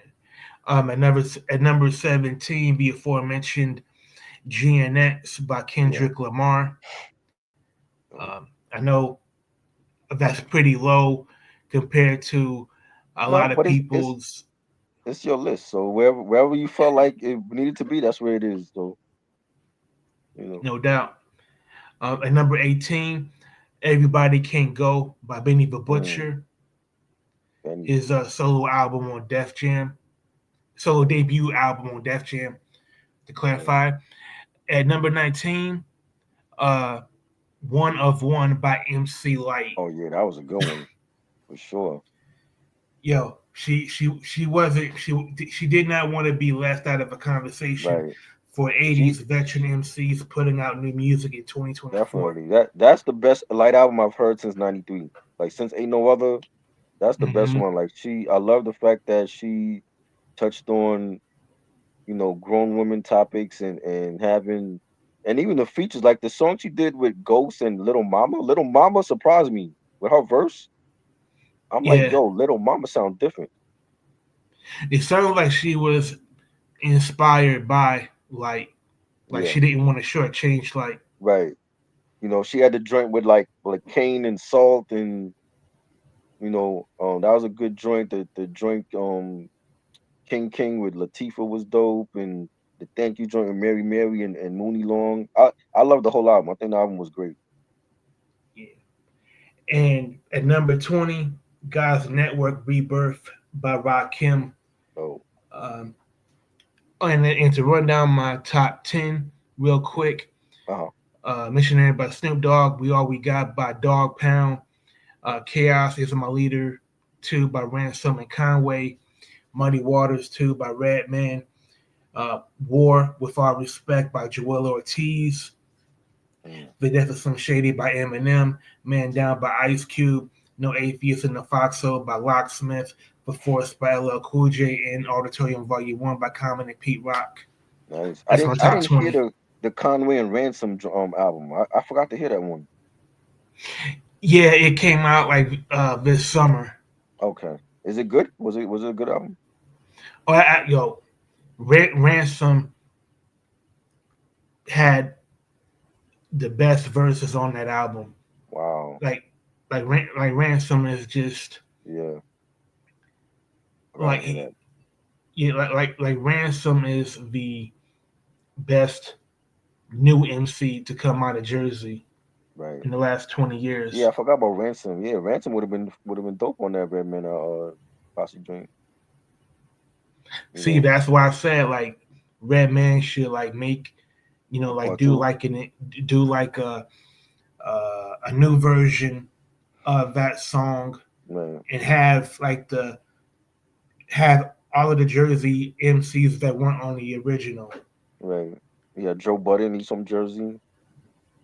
You Well, know. Joe Budden is retired. You won't get him in the booth. Right. You got any honorable mentions? Oh yeah, I would say Stabbed and Shot Part 2 by 38 Special. Mm, Uh, like 38 Special and Benny, like that brought like Buffalo in the last 10 years. yeah. They have really uh, they've really cornered the market on that Hmm. kind of rap. Right. Like a lot of people will give these superlatives about the kind of music that they make. I'm gonna just say that they make street music that is relatable to drug dealers Man. and people in that life, Yeah. and they do it almost better than any uh, MCs in that genre. Man. And to me, I like the first one more, but it's not that far from the first one. Right. Yeah, I had some honorable mentions. I had 38 Special Mother and Gun. That was a good album.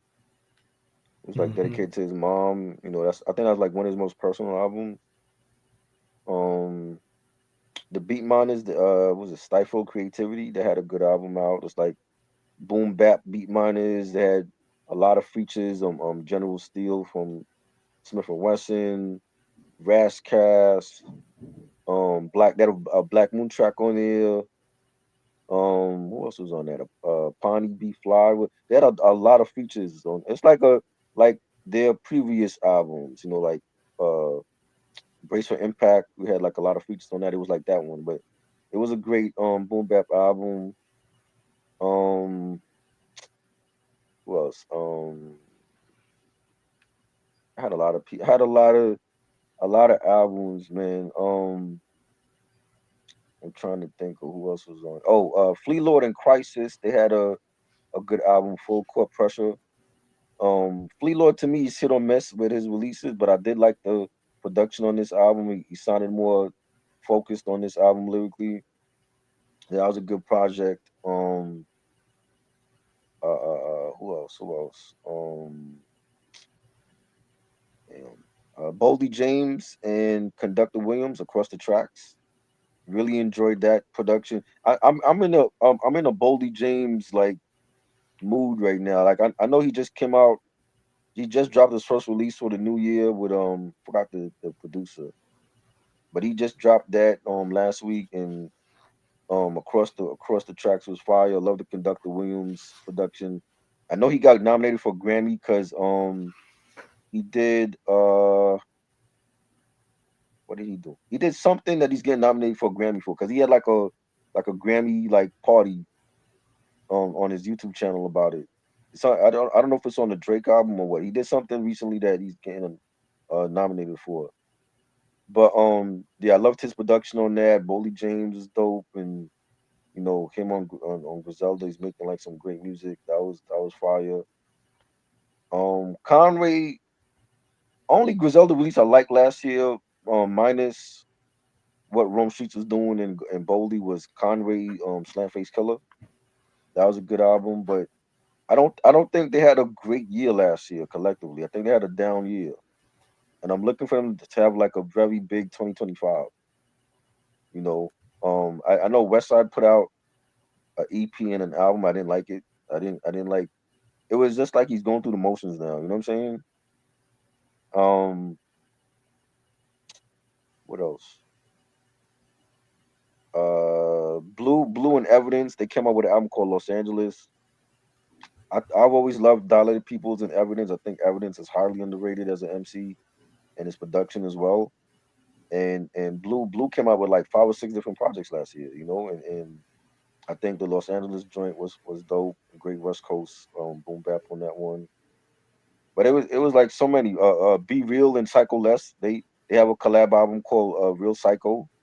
That was dope. It was like listening to like the Beatnuts meet Cypress Hill, and I really enjoyed that one. There was so many great releases. There was so many great releases that came out last year. Hopefully, 2025 is like that, and we get like a lot of great releases. And I still got to do the R&B side of things. I'm still listening to like R&B albums I missed from last year.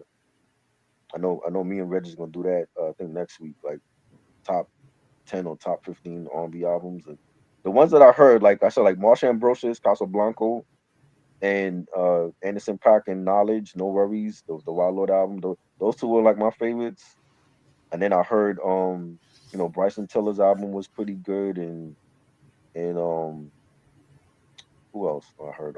This new artist named Leon Thomas. He has an album called Mutt, and it was pretty good, and so but there's still some albums from like Lucky Day I gotta listen to, and Kalani, I missed her album. She dropped 2 albums last year that I didn't listen to, so I got some stuff to hear with the R&B side. But the rap stuff was great.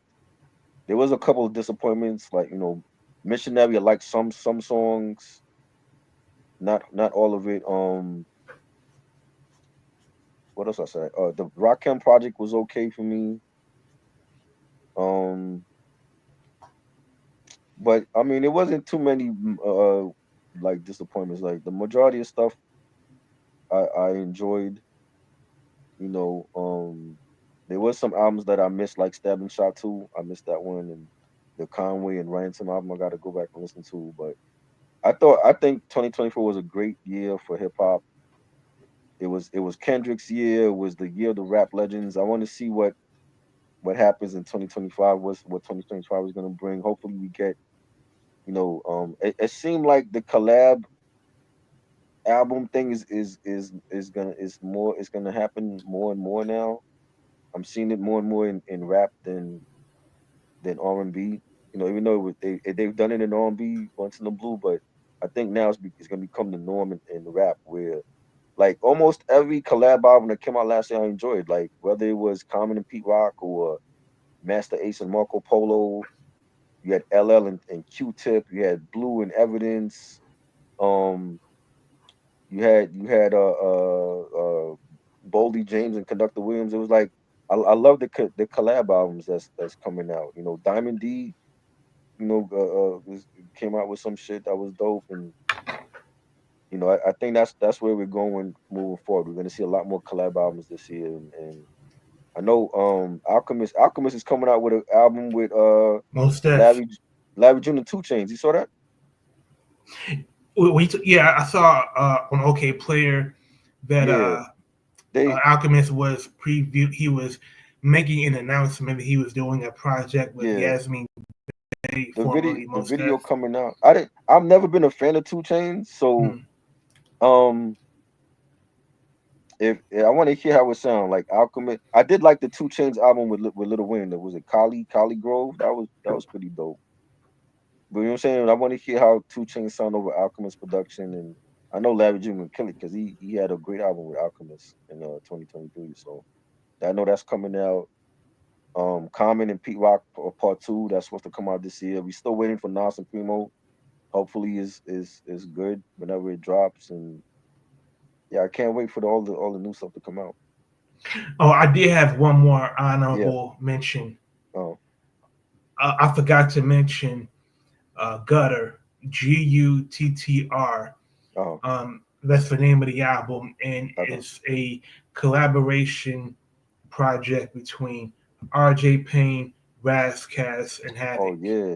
I didn't hear that. I didn't know that was out already. I saw the video for one of the joints, but I didn't know the whole album was out. Oh, it's been out Wow, I at gotta le- check at that. least since summer. What? How did I Yeah, miss that? That's crazy. I gotta hear that joint. Yeah, definitely. Because I Havoc like did I all of like the the collab. production. Yeah, I saw the video. It had like Ice-T was in it, and I think Method Man was in it. Yeah, And I'm like, yo, I gotta hear that. Like, I want to know what made them come together like that. and R.J. Payne and Ice-T did an interview together Hmm. conducted by Chuck Right. Creekmur of allhiphop.com. Hmm. And RJ Payne, he's making all of the right connections in the industry Yeah. because to have somebody like Ice T in your corner Right. Crazy. is invaluable. Yeah. Definitely, And man. Payne, Payne, like he rhymes like a battle rapper, Hmm. but he knows how to make great songs. Hmm. Like he doesn't, uh, like he knows when to pull back, if that Facts. makes sense. Facts. And to me, I think it's great that RJ Payne, can do something with Razcast because Razcast, he's in a way like a father of a lot of these thought provoking MCs. Like when Right. Razcast first came out, Hmm.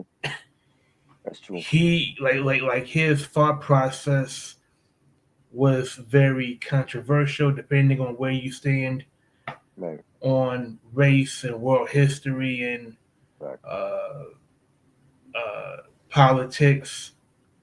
Like the man that wrote Nature of a Threat, Yeah. he's Facts. still in 2024, he's still active. He's still killing it. Yep. Definitely. Hmm. Definitely great to hear Rascast. Always highly underrated MC from the West, and this was great. Definitely wanted to. I feel like I've been doing like these lists the whole week. Like I did one with Reg. I did this one. There's another list coming out with the homie Food Sick. He got like I think it was like 250 people that sent him like their best of list. So he was supposed to drop it on Monday. I ain't see it yet. So hopefully on Friday he drop it or something, and I sent him my list. So this was fun. 2024 was a legendary year. I hope 2025 will be just as great. And we'll definitely come back next week if you're available and do the Muddy Waters review and talk about that great Red Band album and break down the tracks and best beats and all that on there. And this was great, man. Definitely. Tell them what you got coming up. Well, right now, you can catch me on Blue Sky at RAKABASH. I'm also on IG at RAKABASH. Um, this year, I plan on um doing something around hip hop discourse. I don't know uh, where I'm going to do it at, but I'm exploring options, and you'll be the first person I Oh call. yeah, no doubt. Um, uh, no, it's just I want to do it where people's schedules will be uh, lined up perfectly, and it will be most convenient for people. Right. So I'm in a rush to do it, but for the time being, working at Wayne State University, Oh, in the research department, and academia has a lot of its rewards. It can be challenging, but I think if 20 if 2024 has shown us Mm, is that we are a very ignorant society, right. and it's very important to learn new skills, surround yourself with people more knowledgeable than you, Right. and uh, to learn more about your history, learn more about where you come from, and that's uh, my priority, right now. True. No doubt, man. Salute to you. Happy New Year to you and your fam. Definitely gonna come back Vice next week versa. and do what I do on here, man. I'm hitting this year harder than ever with this, and just bringing people, week to week content. So stay tuned for more Danny Rap Podcast. Like, comment, subscribe, share. Let me know what was your favorite rap album releases of last year. Give me like your top three, and we see you all next week. Peace.